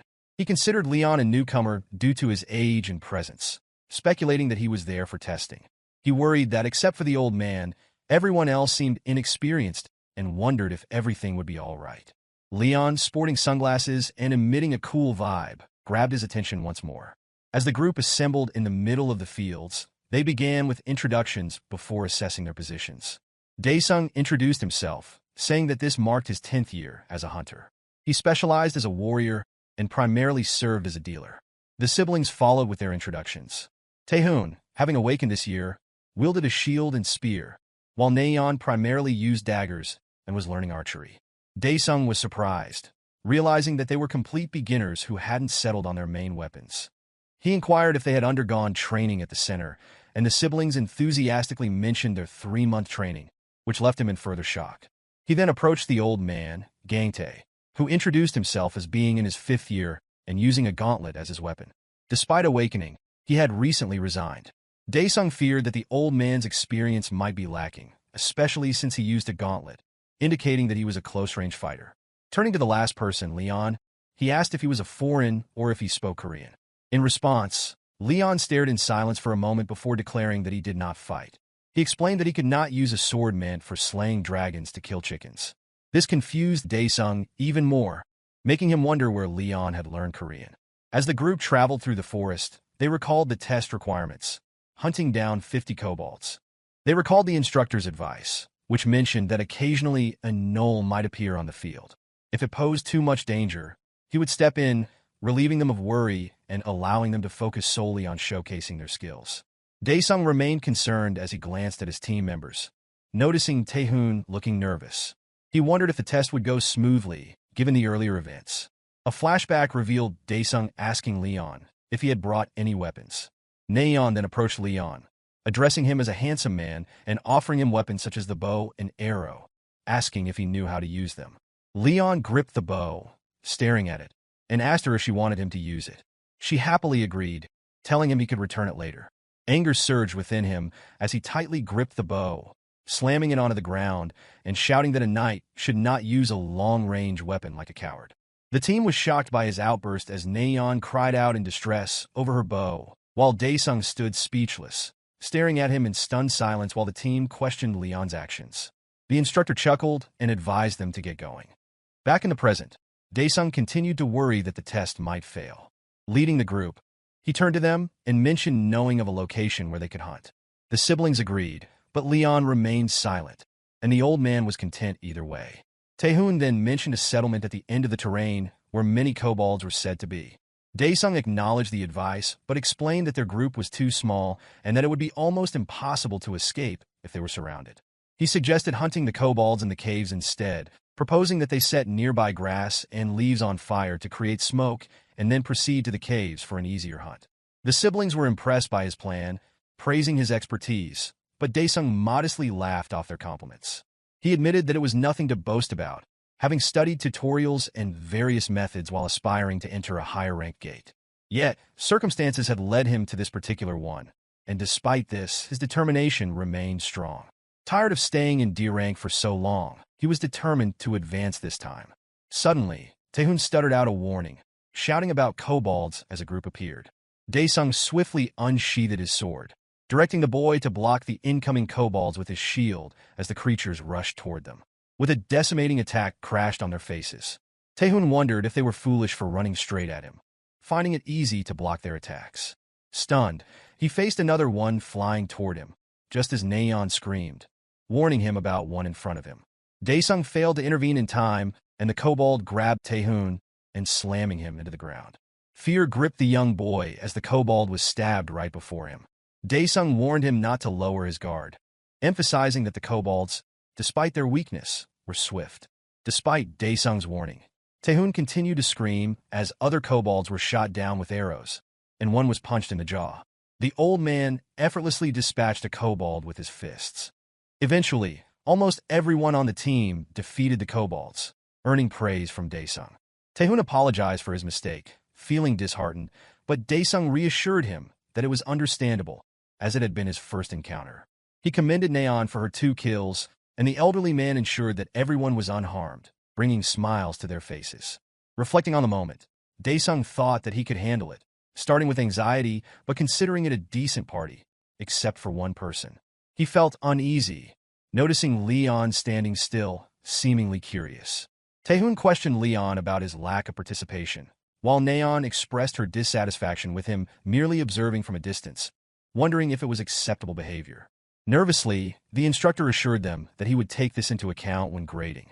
They collectively decided to venture deeper into the forest toward a cave. Daesung suggested continuing onward, assuring them they would reach the cave soon. As they arrived, He instructed them to gather dry leaves and branches at the entrance to set a fire, as planned. While preparing to light the fire, Leon confronted him, questioning the effectiveness of his plan. Daesung defended his method and pointed out Leon's lack of assistance during their mission. In a serious tone, Leon asked if that was truly the best Daesung could do, warning him not to make him repeat himself. Daesung asserted that he had used this method successfully 3 times before, but Leon challenged his reliance on past experience, questioning how he could depend on it with limited understanding. This enraged Daesung, who shouted back, considered Leon as younger, claiming that experience didn't matter.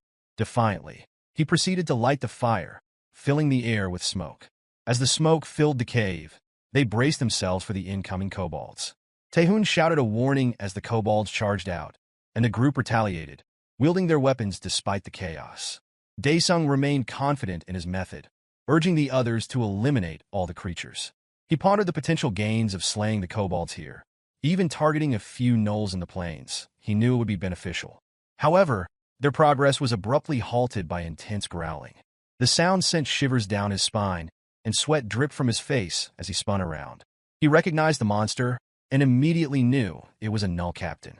An entity with red, glowing eyes emerged from the trees, breathing heavily.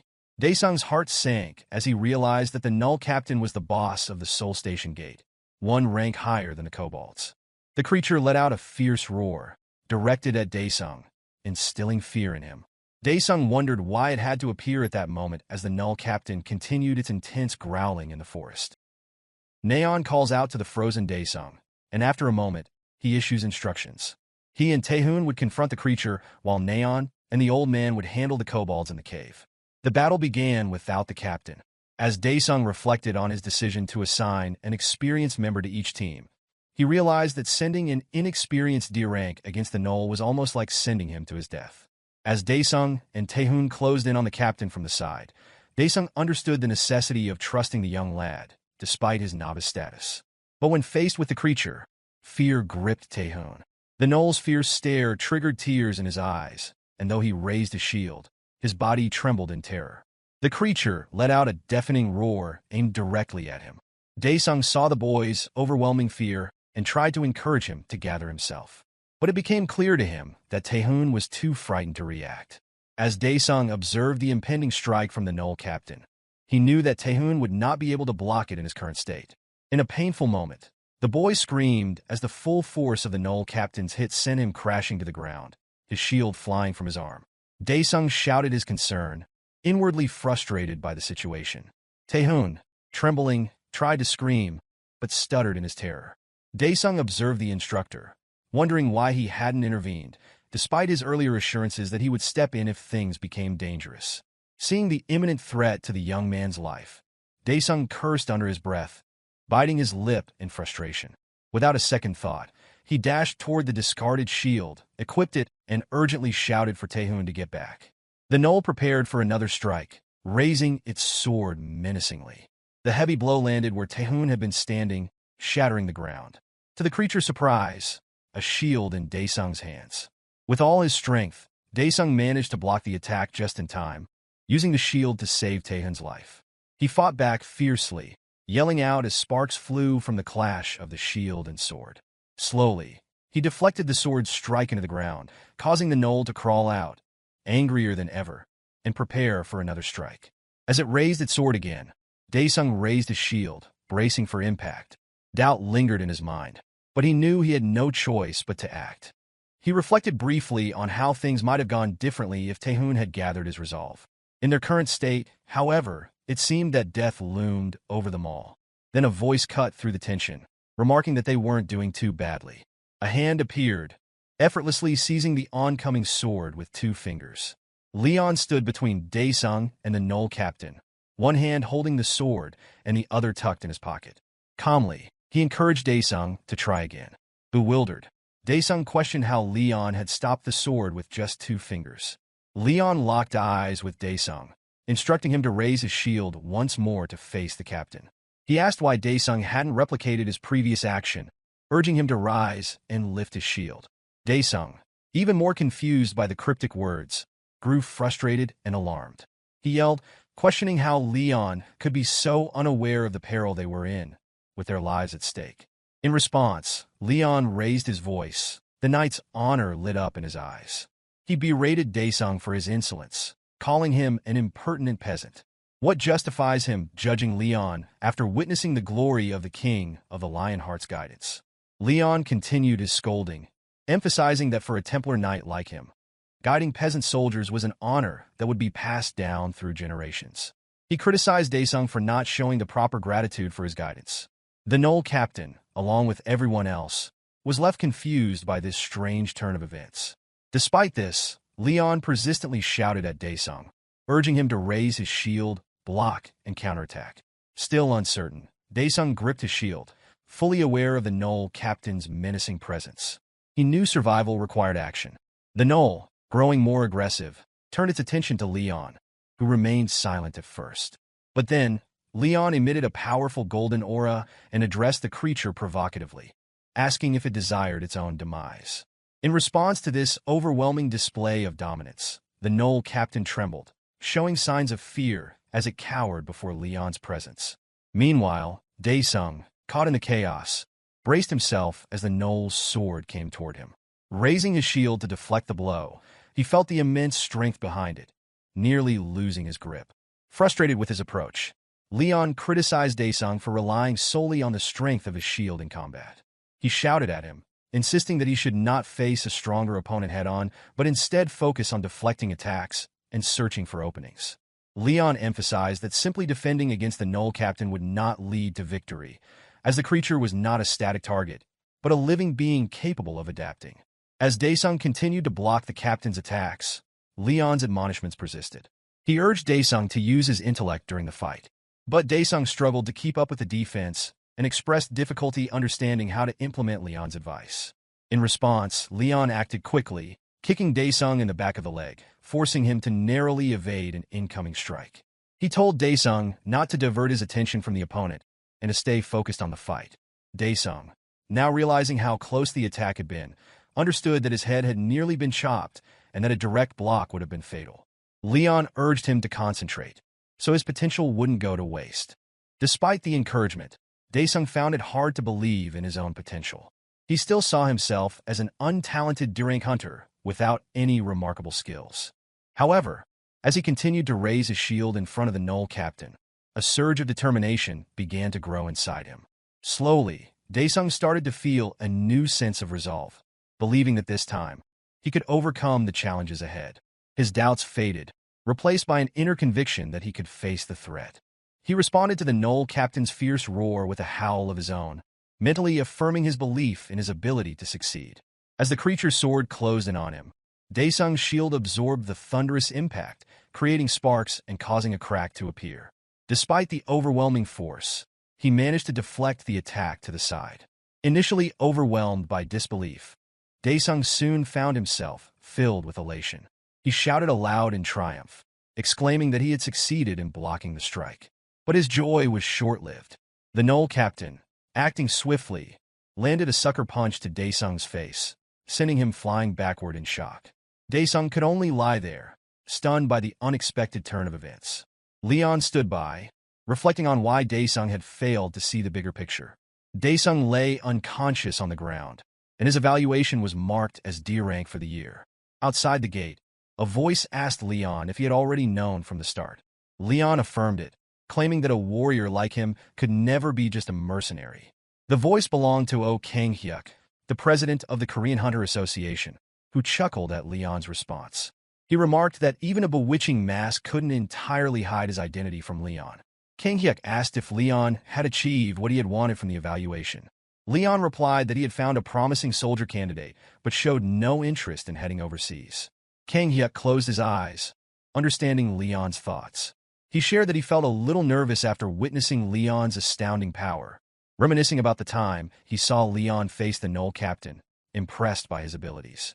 In a flashback, Leon addressed the Knoll captain disdainfully, mocking its failed attempt to transform into a human.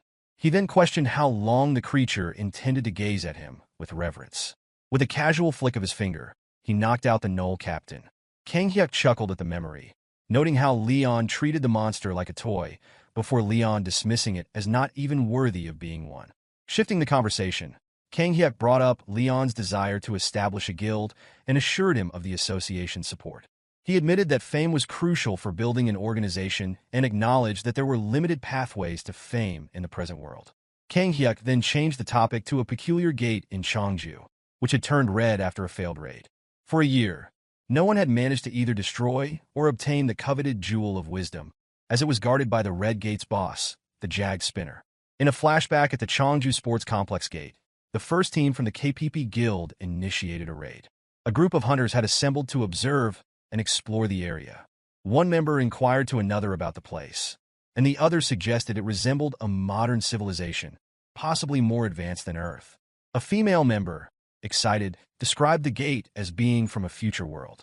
The man speculated that, just as there were fantasy and virtual worlds, perhaps there was a future world as well. Another member remarked to the guild master that the gate had a more cyberpunk vibe to it. The guild master, frustrated, expressed his concerns about the situation, mentioning how troublesome it was and that they needed to reconsider their plan, starting with how they had organized the party. Another member agreed, pointing out that their organization had been based on the assumption that they would face only a few formidable opponents. As they surveyed the area, the guild master spotted a building and informed the group that they would use it as their base camp, noting its elevated position offered a good vantage point. The group then proceeded to enter the building. Once inside, the guild master asked a member named Hoyle if he noticed anything unusual, but Hoyle reported that there was nothing, no NPCs or monsters in sight. The guild master inquired about Jag Spinner, the supposed boss of the area, but Hoyle confirmed he had not spotted it either. They found it peculiar that a city of this size lacked both people and monsters. The guild master initially considered this fortunate, suggesting that they might not be facing a resistance army or an evil authoritarian force. He gathered the guild members' attention and explained that despite entering the gate, they lacked information about Jag Spinner. He instructed them to stay vigilant and mentioned selecting an expedition team to map the area. However, before he could say more, a sudden laser shoot at him, explosively disrupting his head as he spoke. Hoyle witnessed the blood splattering around and called out the guild master's name in shock.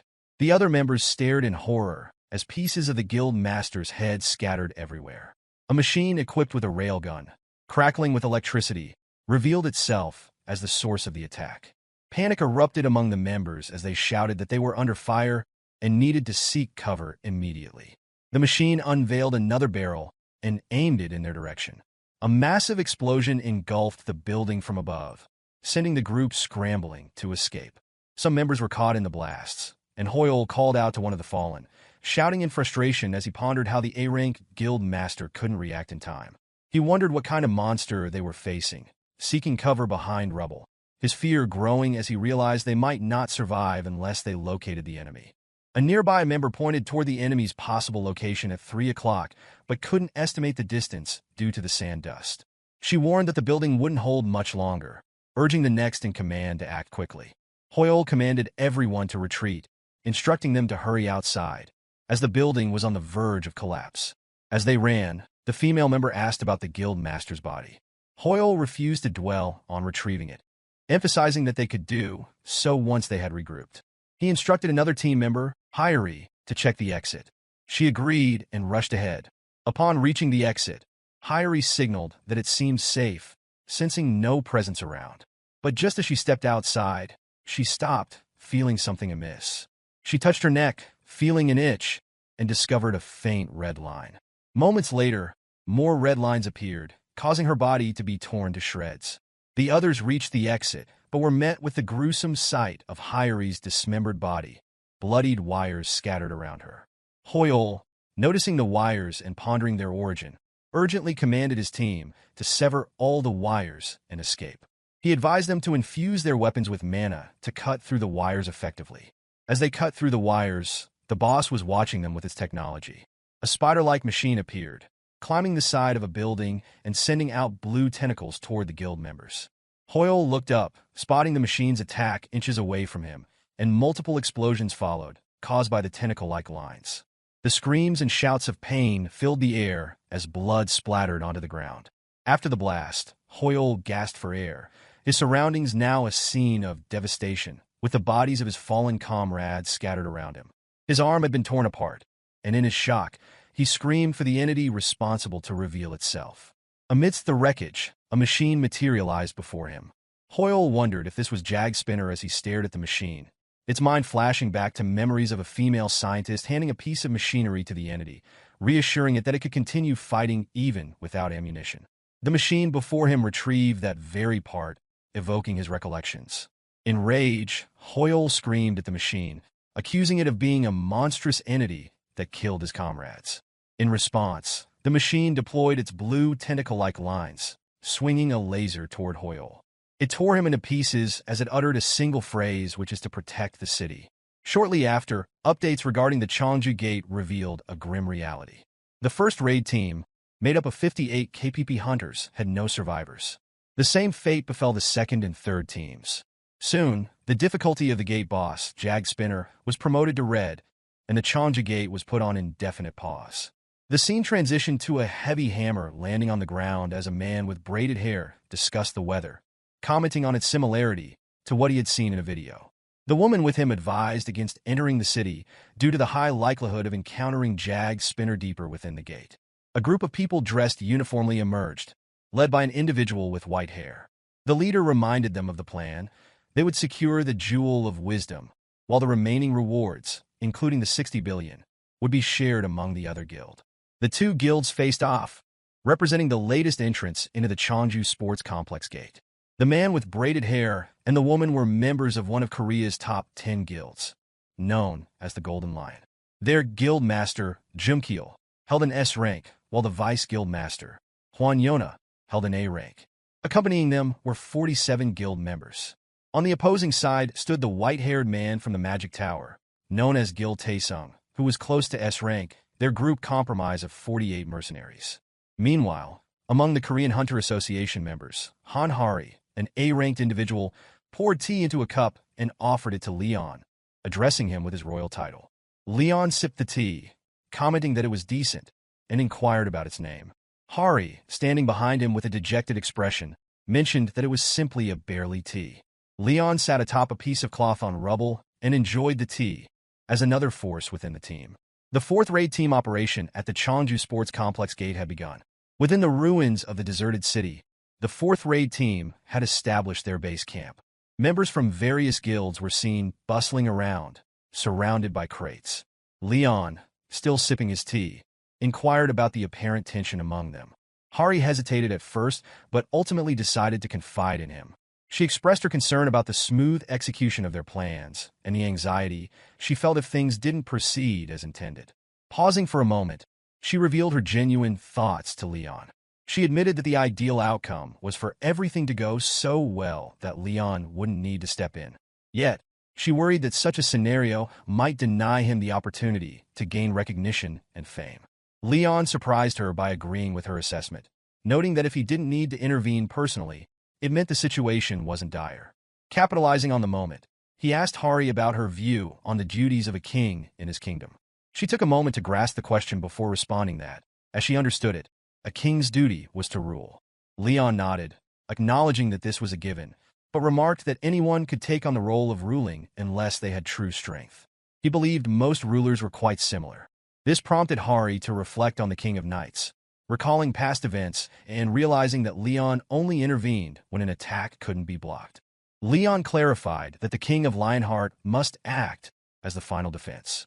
He emphasized that the king's intervention signified significant shame for the knights and highlighted the severity of the situation. Hari was taken aback by this explanation, just as Leon mentioned that it seemed like a coincidence this time. He expressed sadness, lamenting how he missed his honorable knights, as it appeared he might have to intervene once again in place of the raid party's weaker members. Hari reassured him that there was no need for his intervention this time, pointing out that the raid team included S-rank hunter Jumkil and a skilled mage. Leon asked if she considered them hunters, admitting they were indeed strong for ordinary humans. However, he had an issue with these so-called hunters. They lacked experience in warfare. He conveyed his concern with a serious tone and expression. Meanwhile, Jag Spinner was conducting reconnaissance work. Leon inquired if they realized that the outskirts of the city were actually safe, despite their confidence from having encountered the enemy only 3 times. Jag Spinner was now near a raid team member who remained unaware of its presence. Leon continued lecturing about how the hunters labeled themselves a raid team and asked them to analyze monster patterns and react accordingly. He found it to be comical, prompting Hari to become more restless as she listened. Leon explained that a true general responds to the situation without relying on fixed patterns, just as Jag Spinner seemed poised for action. However, before he could share what he knew about it, the creature's eyes started glowing intensely red, beginning the launch of its assault. Explosions erupted across the base camp, sending the raid members into a frenzy. Cries of agony and confusion filled the air as they questioned what was happening. Leon had intended to describe Jag Spinner as a skilled warlord, but before he could finish, the scene shifted, and a voice called out to Yappy, revealing the creature's real name. It issued an apology, expressing regret as a female scientist, visibly injured and bleeding, emanated a maternal aura. She assured that this was her final moment and requested one last favor from him. Entity number 10,253, Jag Spinner's final order, was to eliminate all unidentified beings invading the city. A gun barrel emerged from Yappy's shoulder, unleashing a barrage of bullets that rained down on the unsuspecting raid members in the base camp. The air quickly filled with screams and shouts as the bullets found their targets. The raid members scrambled for cover, realizing the attacks were coming from Yappy. They cautioned each other to stay low as the relentless assault continued. A clicking sound resonated through the air as Yappy exposed additional glowing red eyes across its body, switching to a heat-based motion sensor to detect the raid members' collective movements within the city. Observing multiple groups gathered, Yappy charged its railgun, releasing massive amounts of electricity. A powerful blast erupted from the railgun, targeting the raid members who had sought safety. A blue explosion illuminated the area as the raid members desperately attempted to evade Yappy's explosive assaults. The railgun's attack created a colossal blue, electric explosion at the heart of the base camp, shrouding the area in dust and smoke. The raid members could only curse in disbelief as they watched Yappy's devastating, futuristic tech powers. They witnessed the unfortunate fate of their comrades, who couldn't find cover from the monster's attacks, and wondered what kind of monstrous force they were facing to cause such widespread destruction. A system notification appeared for Yappy, indicating a 23% loss in the life response of the unidentified being, and it began to prepare for a continuous barrage. The system charged its energy to 48%. However, before it could fully charge, Junkiel leaped into the air to charge on it, wielding his raised hammer. He moved swiftly, commanding Yappy to perish with a single mighty swing of his hammer. The attack sent shockwaves through the air, and upon impact, parts of Yappy's body were destroyed. This momentarily confused the machine as its system logged damage to its main joint region, escalating internal pressure and altering its priorities. The gun barrel materialized directly in front of Junkiel as Yappy's system commanded it to eliminate the unidentified being. However, Junkiel wore a confident smile, informing Yappy that it was too late. At that moment, Yona appeared behind Yappy, her arms enveloped in flames. She delivered a devastating blow that sent Yappy tumbling from the building to the ground. Angrily, she asserted that Junkiel should not address her as Jumsun. Struggling to recover from the onslaught, Yappy heard a voice calling out in commendation of the raid party's efforts. The raid party's mage, Taesung, appeared amidst lightning striking from above. He reassured Junkiel and Yona that he would take charge, weaving magic between his hands. Yappy's system notified of an activity overload, triggering an emergency purge. Its radar system went offline, but the machine was now permitted to utilize restricted resources. It quickly began scanning the 3 raid members before it and was instructed to activate the RWR equipment within the city. Cameras throughout the ravaged city became operational, and the system commanded Yappy to change its target, scanning the mage, who registered as a risk level 3 with a prioritized removal status. Yappy was observed darting between buildings, attempting a swift escape. The raid members were taken aback by its sudden retreat and opted to pursue it. As Yappy bounded through the air, it exposed another gun barrel aimed at the raid members, unleashing another wave of bullets. The raid members found themselves helpless against the onslaught. Taesung issued a directive for everyone to assemble, preparing to activate the distortion force field. He retrieved a small marble-like object from his coat and dropped it to the ground. Upon applying pressure, a yellow barrier expanded into a vast circle around the base camp. A bullet approached the barrier, but deflected upon impact. A raid member questioned Taesung about the barrier, noticing the altered trajectory of the bullets. He explained that it was a magical tool designed specifically to combat Jag Spinner, though he felt ashamed of needing to use it so early. Upon encountering the barrier, Yappy's internal system registered the risk factor and observed the abnormal phenomenon. It initiated a maintenance operation, completing an analysis of the barrier. The system quickly scanned the location of the raid team and the barrier, identifying 3 weak points. The fire command was issued, and a bullet swiftly struck a raid member beside Taesung, shocking him as he stared at the event. He tried to process the impossibility, having already calculated the angles at which the bullets would swerve. He contemplated the source of the threat as another wave of bullets was unleashed at the raid team. Explosions rang out within the barrier, while the bullets effortlessly curved into their blind spots. A raid member urgently called for Taesung to deactivate the distortion force field, explaining how it hindered the team's ability to predict the trajectory of the bullets. As tension simmered, Taesung, still seething with anger, reluctantly agreed to power down the field, issuing orders for the raid team to charge toward Jag Spinner once it was disabled. The team, resolute in their determination, readied themselves to sprint forward as the mage began the countdown for the force field's deactivation. However, just before the critical moment, a frantic shout pierced the air, causing the entire team to halt in their tracks. Both Taesung and Manhwa were jolted by the sudden interruption. Glittering lines materialized, tracing intricate patterns around the raid team, revealing a network of wires. The expressions on both Taesung and Yona's faces shifted instantly to horror and shock as they realized the perilous situation. They were encircled by wires, a realization that sent chills down their spines. The team then came to the stark understanding that Jag Spinner wasn't simply attempting a getaway. They were trapped. Puzzled, they questioned how he had managed to set up the intricate network of wires so swiftly, seemingly materializing above them. Once again, the ominous reappearance of Jag Spinner's railgun added to the mounting tension as it charged, now positioned among the wires surrounding the team. Taesung, with disbelieving eyes, struggled to comprehend the unfolding events. He reflected on their hasty assembly within the force field as a mistake, one that left them vulnerable and unable to evade the impending railgun attack. As the system signaled the railgun's complete charge and prepared to fire, a sudden anomaly grabbed its attention: a horse galloping through the desert. The raid team, including Yona, Jumkeel, and others, reacted in disbelief at the unexpected sight. An actual horse was racing toward the wires, and their alarm spiked as they saw its eyes glowing, nibbling through the wires with almost otherworldly determination. Leon stepped forward, laying a hand on the horse, a wave of nostalgia washing over him as he greeted an old friend with a fond smile. With an air of regality, he mounted it, a sight that left Yona utterly astounded. Perched proudly on the horse, Leon appeared before the astonished team, seizing their focus and leaving them in silent awe.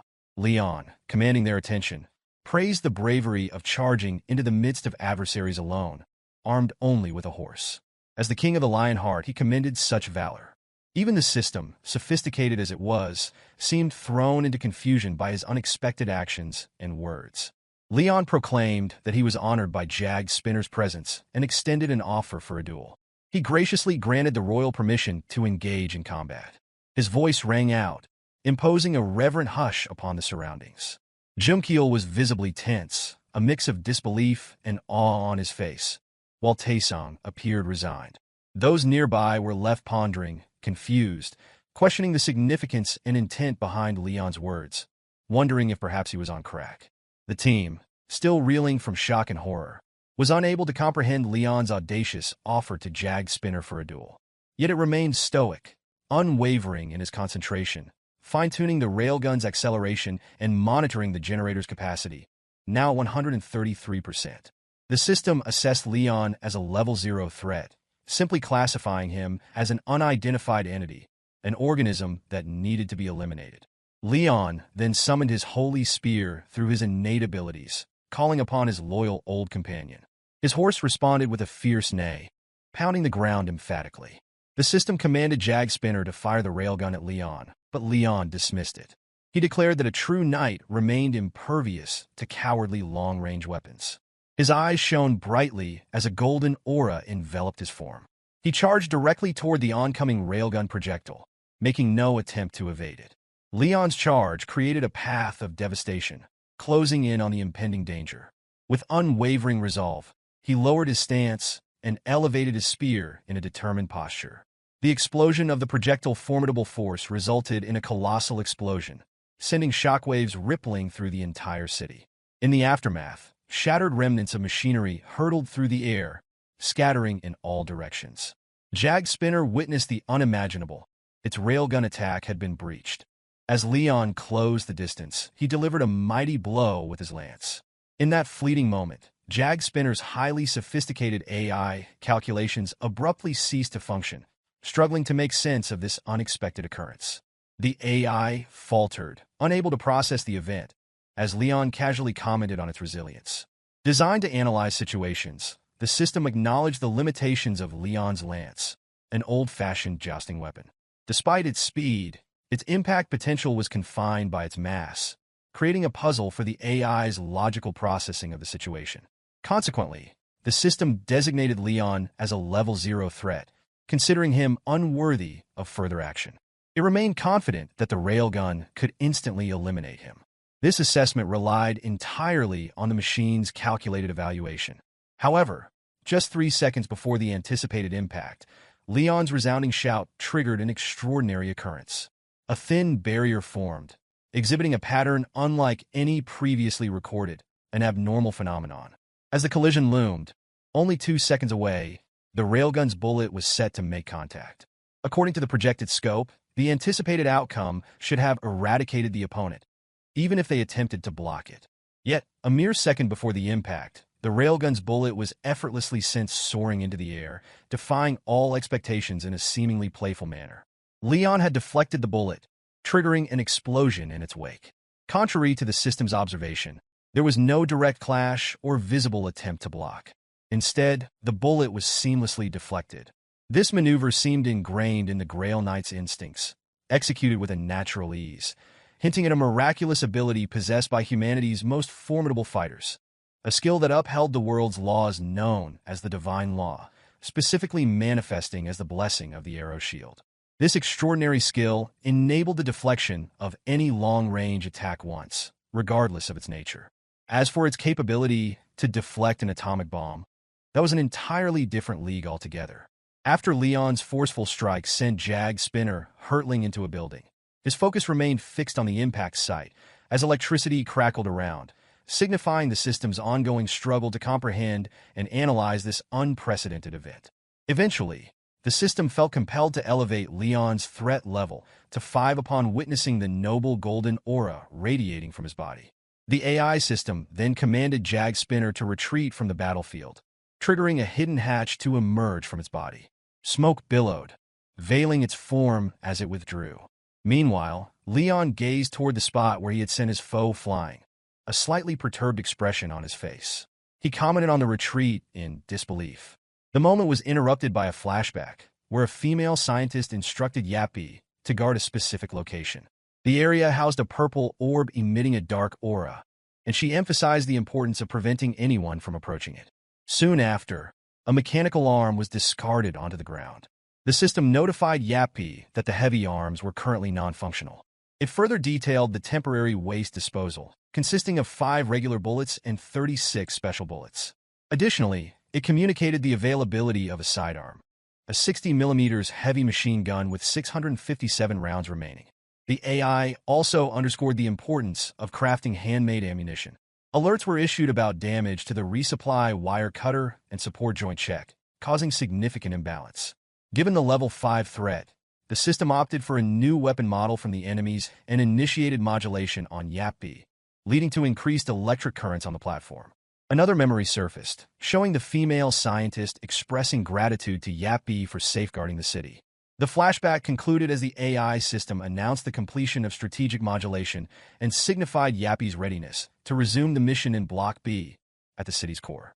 Meanwhile, a team of raid members navigated through an alleyway amidst towering buildings. The lead member paused, signaling to the others that 250 meters ahead, a segment of a machine gun peeked from the corner of a building across the street, an indication of Jag Spinner's presence. He directed the long-range members to cautiously proceed across the street, while keeping the rest of the team in reserve for a potential distraction. However, sudden splatter of blood across his face captured his attention, alerting him to a grim and unsettling sight. His team had been gruesomely scattered into fragments by the wires in the air, their bodies sprawled in a pool of blood. This brutal sight unsettled him, urging him to pivot and confront whatever might lurk behind him. With his sword drawn, he lashed out at what he believed to be Jag's spinner, expressing shock and disdain at the scenario. Yet, to his astonishment, there was nothing behind him, only a red line materializing on his face. Sensing an unsettling presence, he felt a faint indication that something might be missing. Suddenly, more wires began to spread around him, accompanied by red lines crawling across his body. The raid member found himself sliced into pieces by the wires as Jag's spinner emerged from the shadows, surveying the havoc caused by the controlled wires.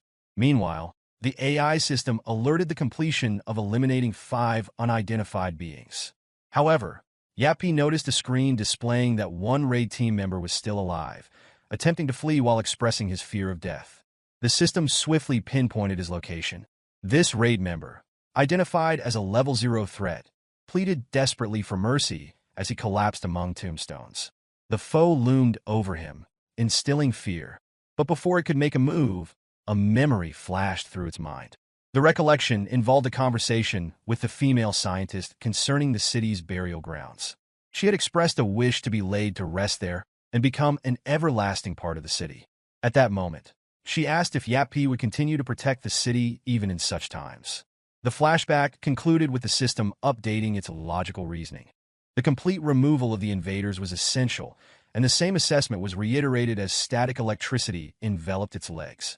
Further AI updates followed, mentioning modifications, autonomous evaluation, hacking logical reasoning, and decision-making. This sudden shift plunged the raid member into a state of silent confusion, tears streaming down his face. Unexpectedly, Jag's spinner began to retreat from the man, surprising him with its allowance for his departure. As it bounced away, Taeyong called out to the man, checking on his well-being.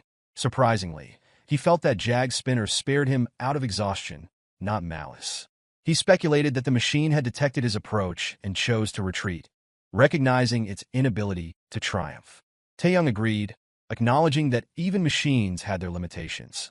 They surveyed the cemetery, noting it was notably cleaner compared to the rest of the city. Meanwhile, Jag's spinner continued its movement across the city, with its AI system assessing the enemy's strength. Despite a high probability of the enemy prevailing, it strategically chose to retreat, making a calculated decision based on the circumstances. Taeyong and the other raid members departed from the cemetery, finding the atmosphere unpleasant. In Jag's spinner's calculation, the system prioritized protecting the citizens, even in death. It estimated that 49 enemies remained, noting that Leon, a level 5 threat, remained healthy, as did the level 3 threat. The success rate of removing level 1 threats stood at 35.7%. As the system prepared to resume the battle, a shadow caught Yappy's attention. Turning to investigate, Leon's familiar face emerged from the light behind the doors. He asked the opponent if it had enjoyed its time with the commoners. Leon stood proudly before the emblem of a magnificent golden lion, embodying the very spirit of chivalry. Describing him as the embodiment of chivalry would not be an overstatement. He detested cowardly ambushes more than anything and always strived for a fair fight. With a stern expression, he asked Yappy if it was prepared for battle. The AI system was left bewildered upon hearing this. Leon's embodiment of the spirit of fair battles was clear, though it was important to note that his opponent may not adhere to the same code. That, however, did not deter him from his knightly morals. He refused to allow anything to break his resolve. This was his strength. This was what made him the chosen one.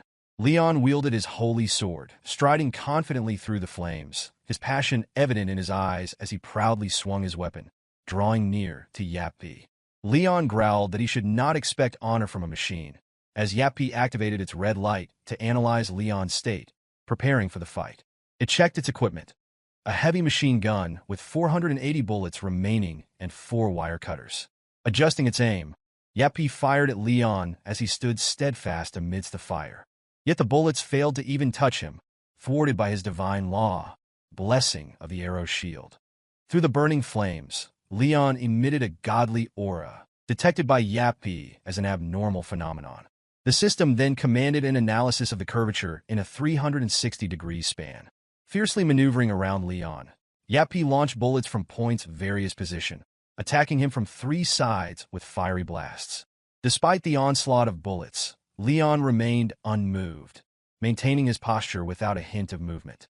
His eyes shone brightly, and a mysterious smile graced his lips, even as the ground beneath him cracked and wrecked. His commitment remained unshaken. The area around him was utterly demolished, with even Yappi affected by the flying debris from the explosive chaos. Suddenly, Leon smashed his spear onto the ground, causing further wreckage. This action caught the machine by surprise. Yappi fiercely moved, dodging the attack. Suddenly, Leon emerged from the burning flames and flying wreckage, riding his majestic horse amid the smoke and ash. He wielded his spear in one hand and reined in the horse with the other. Leon, glaring at Yappi with intense focus, addressed his horse, noting that the enemy seemed to want to play hide and seek with him. After witnessing Leon emerge unscathed from numerous attacks, the situation became incomprehensible to Yappi. It moved fiercely, launching attacks in multiple directions in an attempt to defeat him. The onslaught caused bullets to crash into rocks, sending wreckage flying through the air and leaving widespread destruction in their wake. Unperturbed by the relentless attacks, Leon continued riding his horse skillfully, evading each assault. Despite Yappi's violent barrage of bullets aimed at immobilizing him and his stallion, Leon remained unharmed, maintaining his swift pace. Yappi was astounded by Leon's unwavering resolve and wondered how such an organism could exhibit such remarkable speed. However, it remained an enigma for the AI system, further puzzling it. As Yappi moved fiercely, it suddenly used a pole standing right in the middle of its path to propel it forward using the momentum. It quickly recovered and prepared for a massive attack. Meanwhile, Leon rode his stallion with intensity, shouting and guiding it as they rushed toward Yappi. They eventually came to a stop at a distance, and Leon murmured words of praise, acknowledging the situation as not bad. Yappi, however, struggled to comprehend the turn of events with an empty head. In a flash, it adjusted its aim and moved furiously to launch multiple bullets toward the horse. Leon actively dodged the attacks, skillfully avoiding the onslaught. Meanwhile, Yappi, now airborne, locked its aim on its foe, while Leon remained steadfast, dodging every attack. Broken pieces of rocks and wreckage flew everywhere in the air. The atmosphere darkened amidst the smoke caused by the bullets and their destruction. Leon's eyes emitted a golden light, and with a grim expression, he addressed his horse, guiding it through the broken rocks. The stallion surpassed Yappi and flew above it. With only 68 rounds of ammunition remaining, Yappi gave the command to fire all its remaining ammo at Leon. All the bullets were released simultaneously, soaring through the air toward their target. Leon, wielding his spear while riding his stallion, faced the onslaught. Some of the bullets directly hit him, yet Leon remained relatively unfazed. His knightly pride shone in his eyes, emitting golden rays. He shouted in fury, proclaiming, "Glory to the lion hearts." It appeared as though he was enveloped in a shower of golden light. With a swift motion, he moved his gleaming golden spear through the air, marking the end of Yappi's attempt to run. As the spear arced, it emitted a sharp golden light, slicing through the air directly toward Yappi.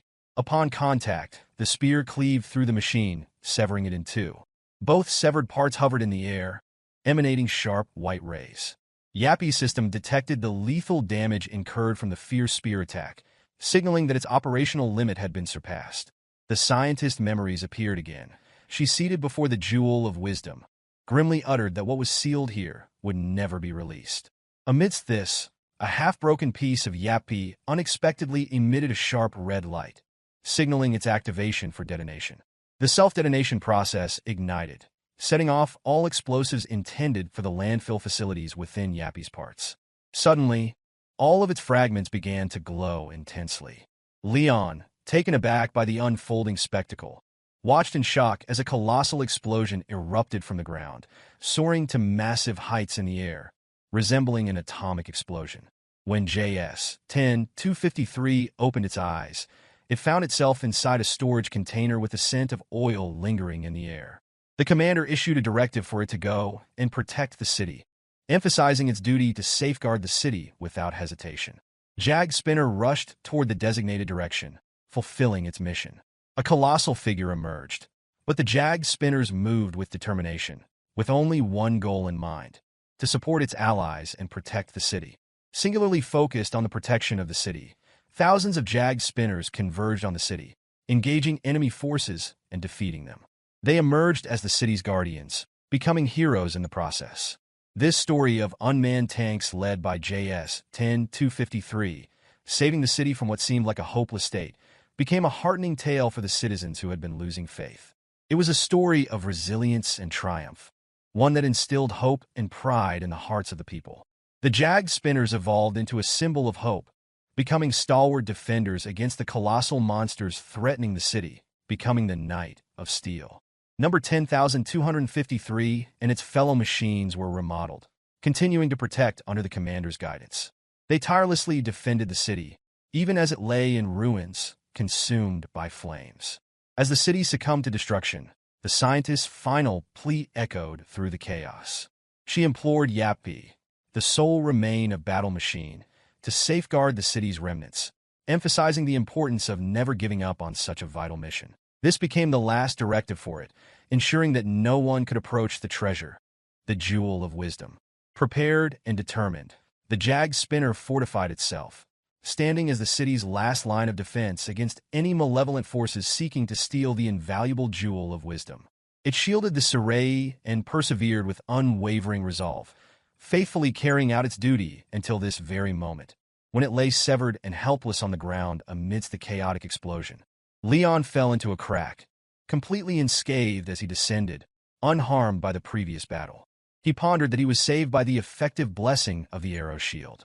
Surveying the surroundings, his gaze landed on a massive purple orb. Speculating that it might be the object fiercely protected by Jag Spinner, the jewel of wisdom, he advanced toward it, charging his sword.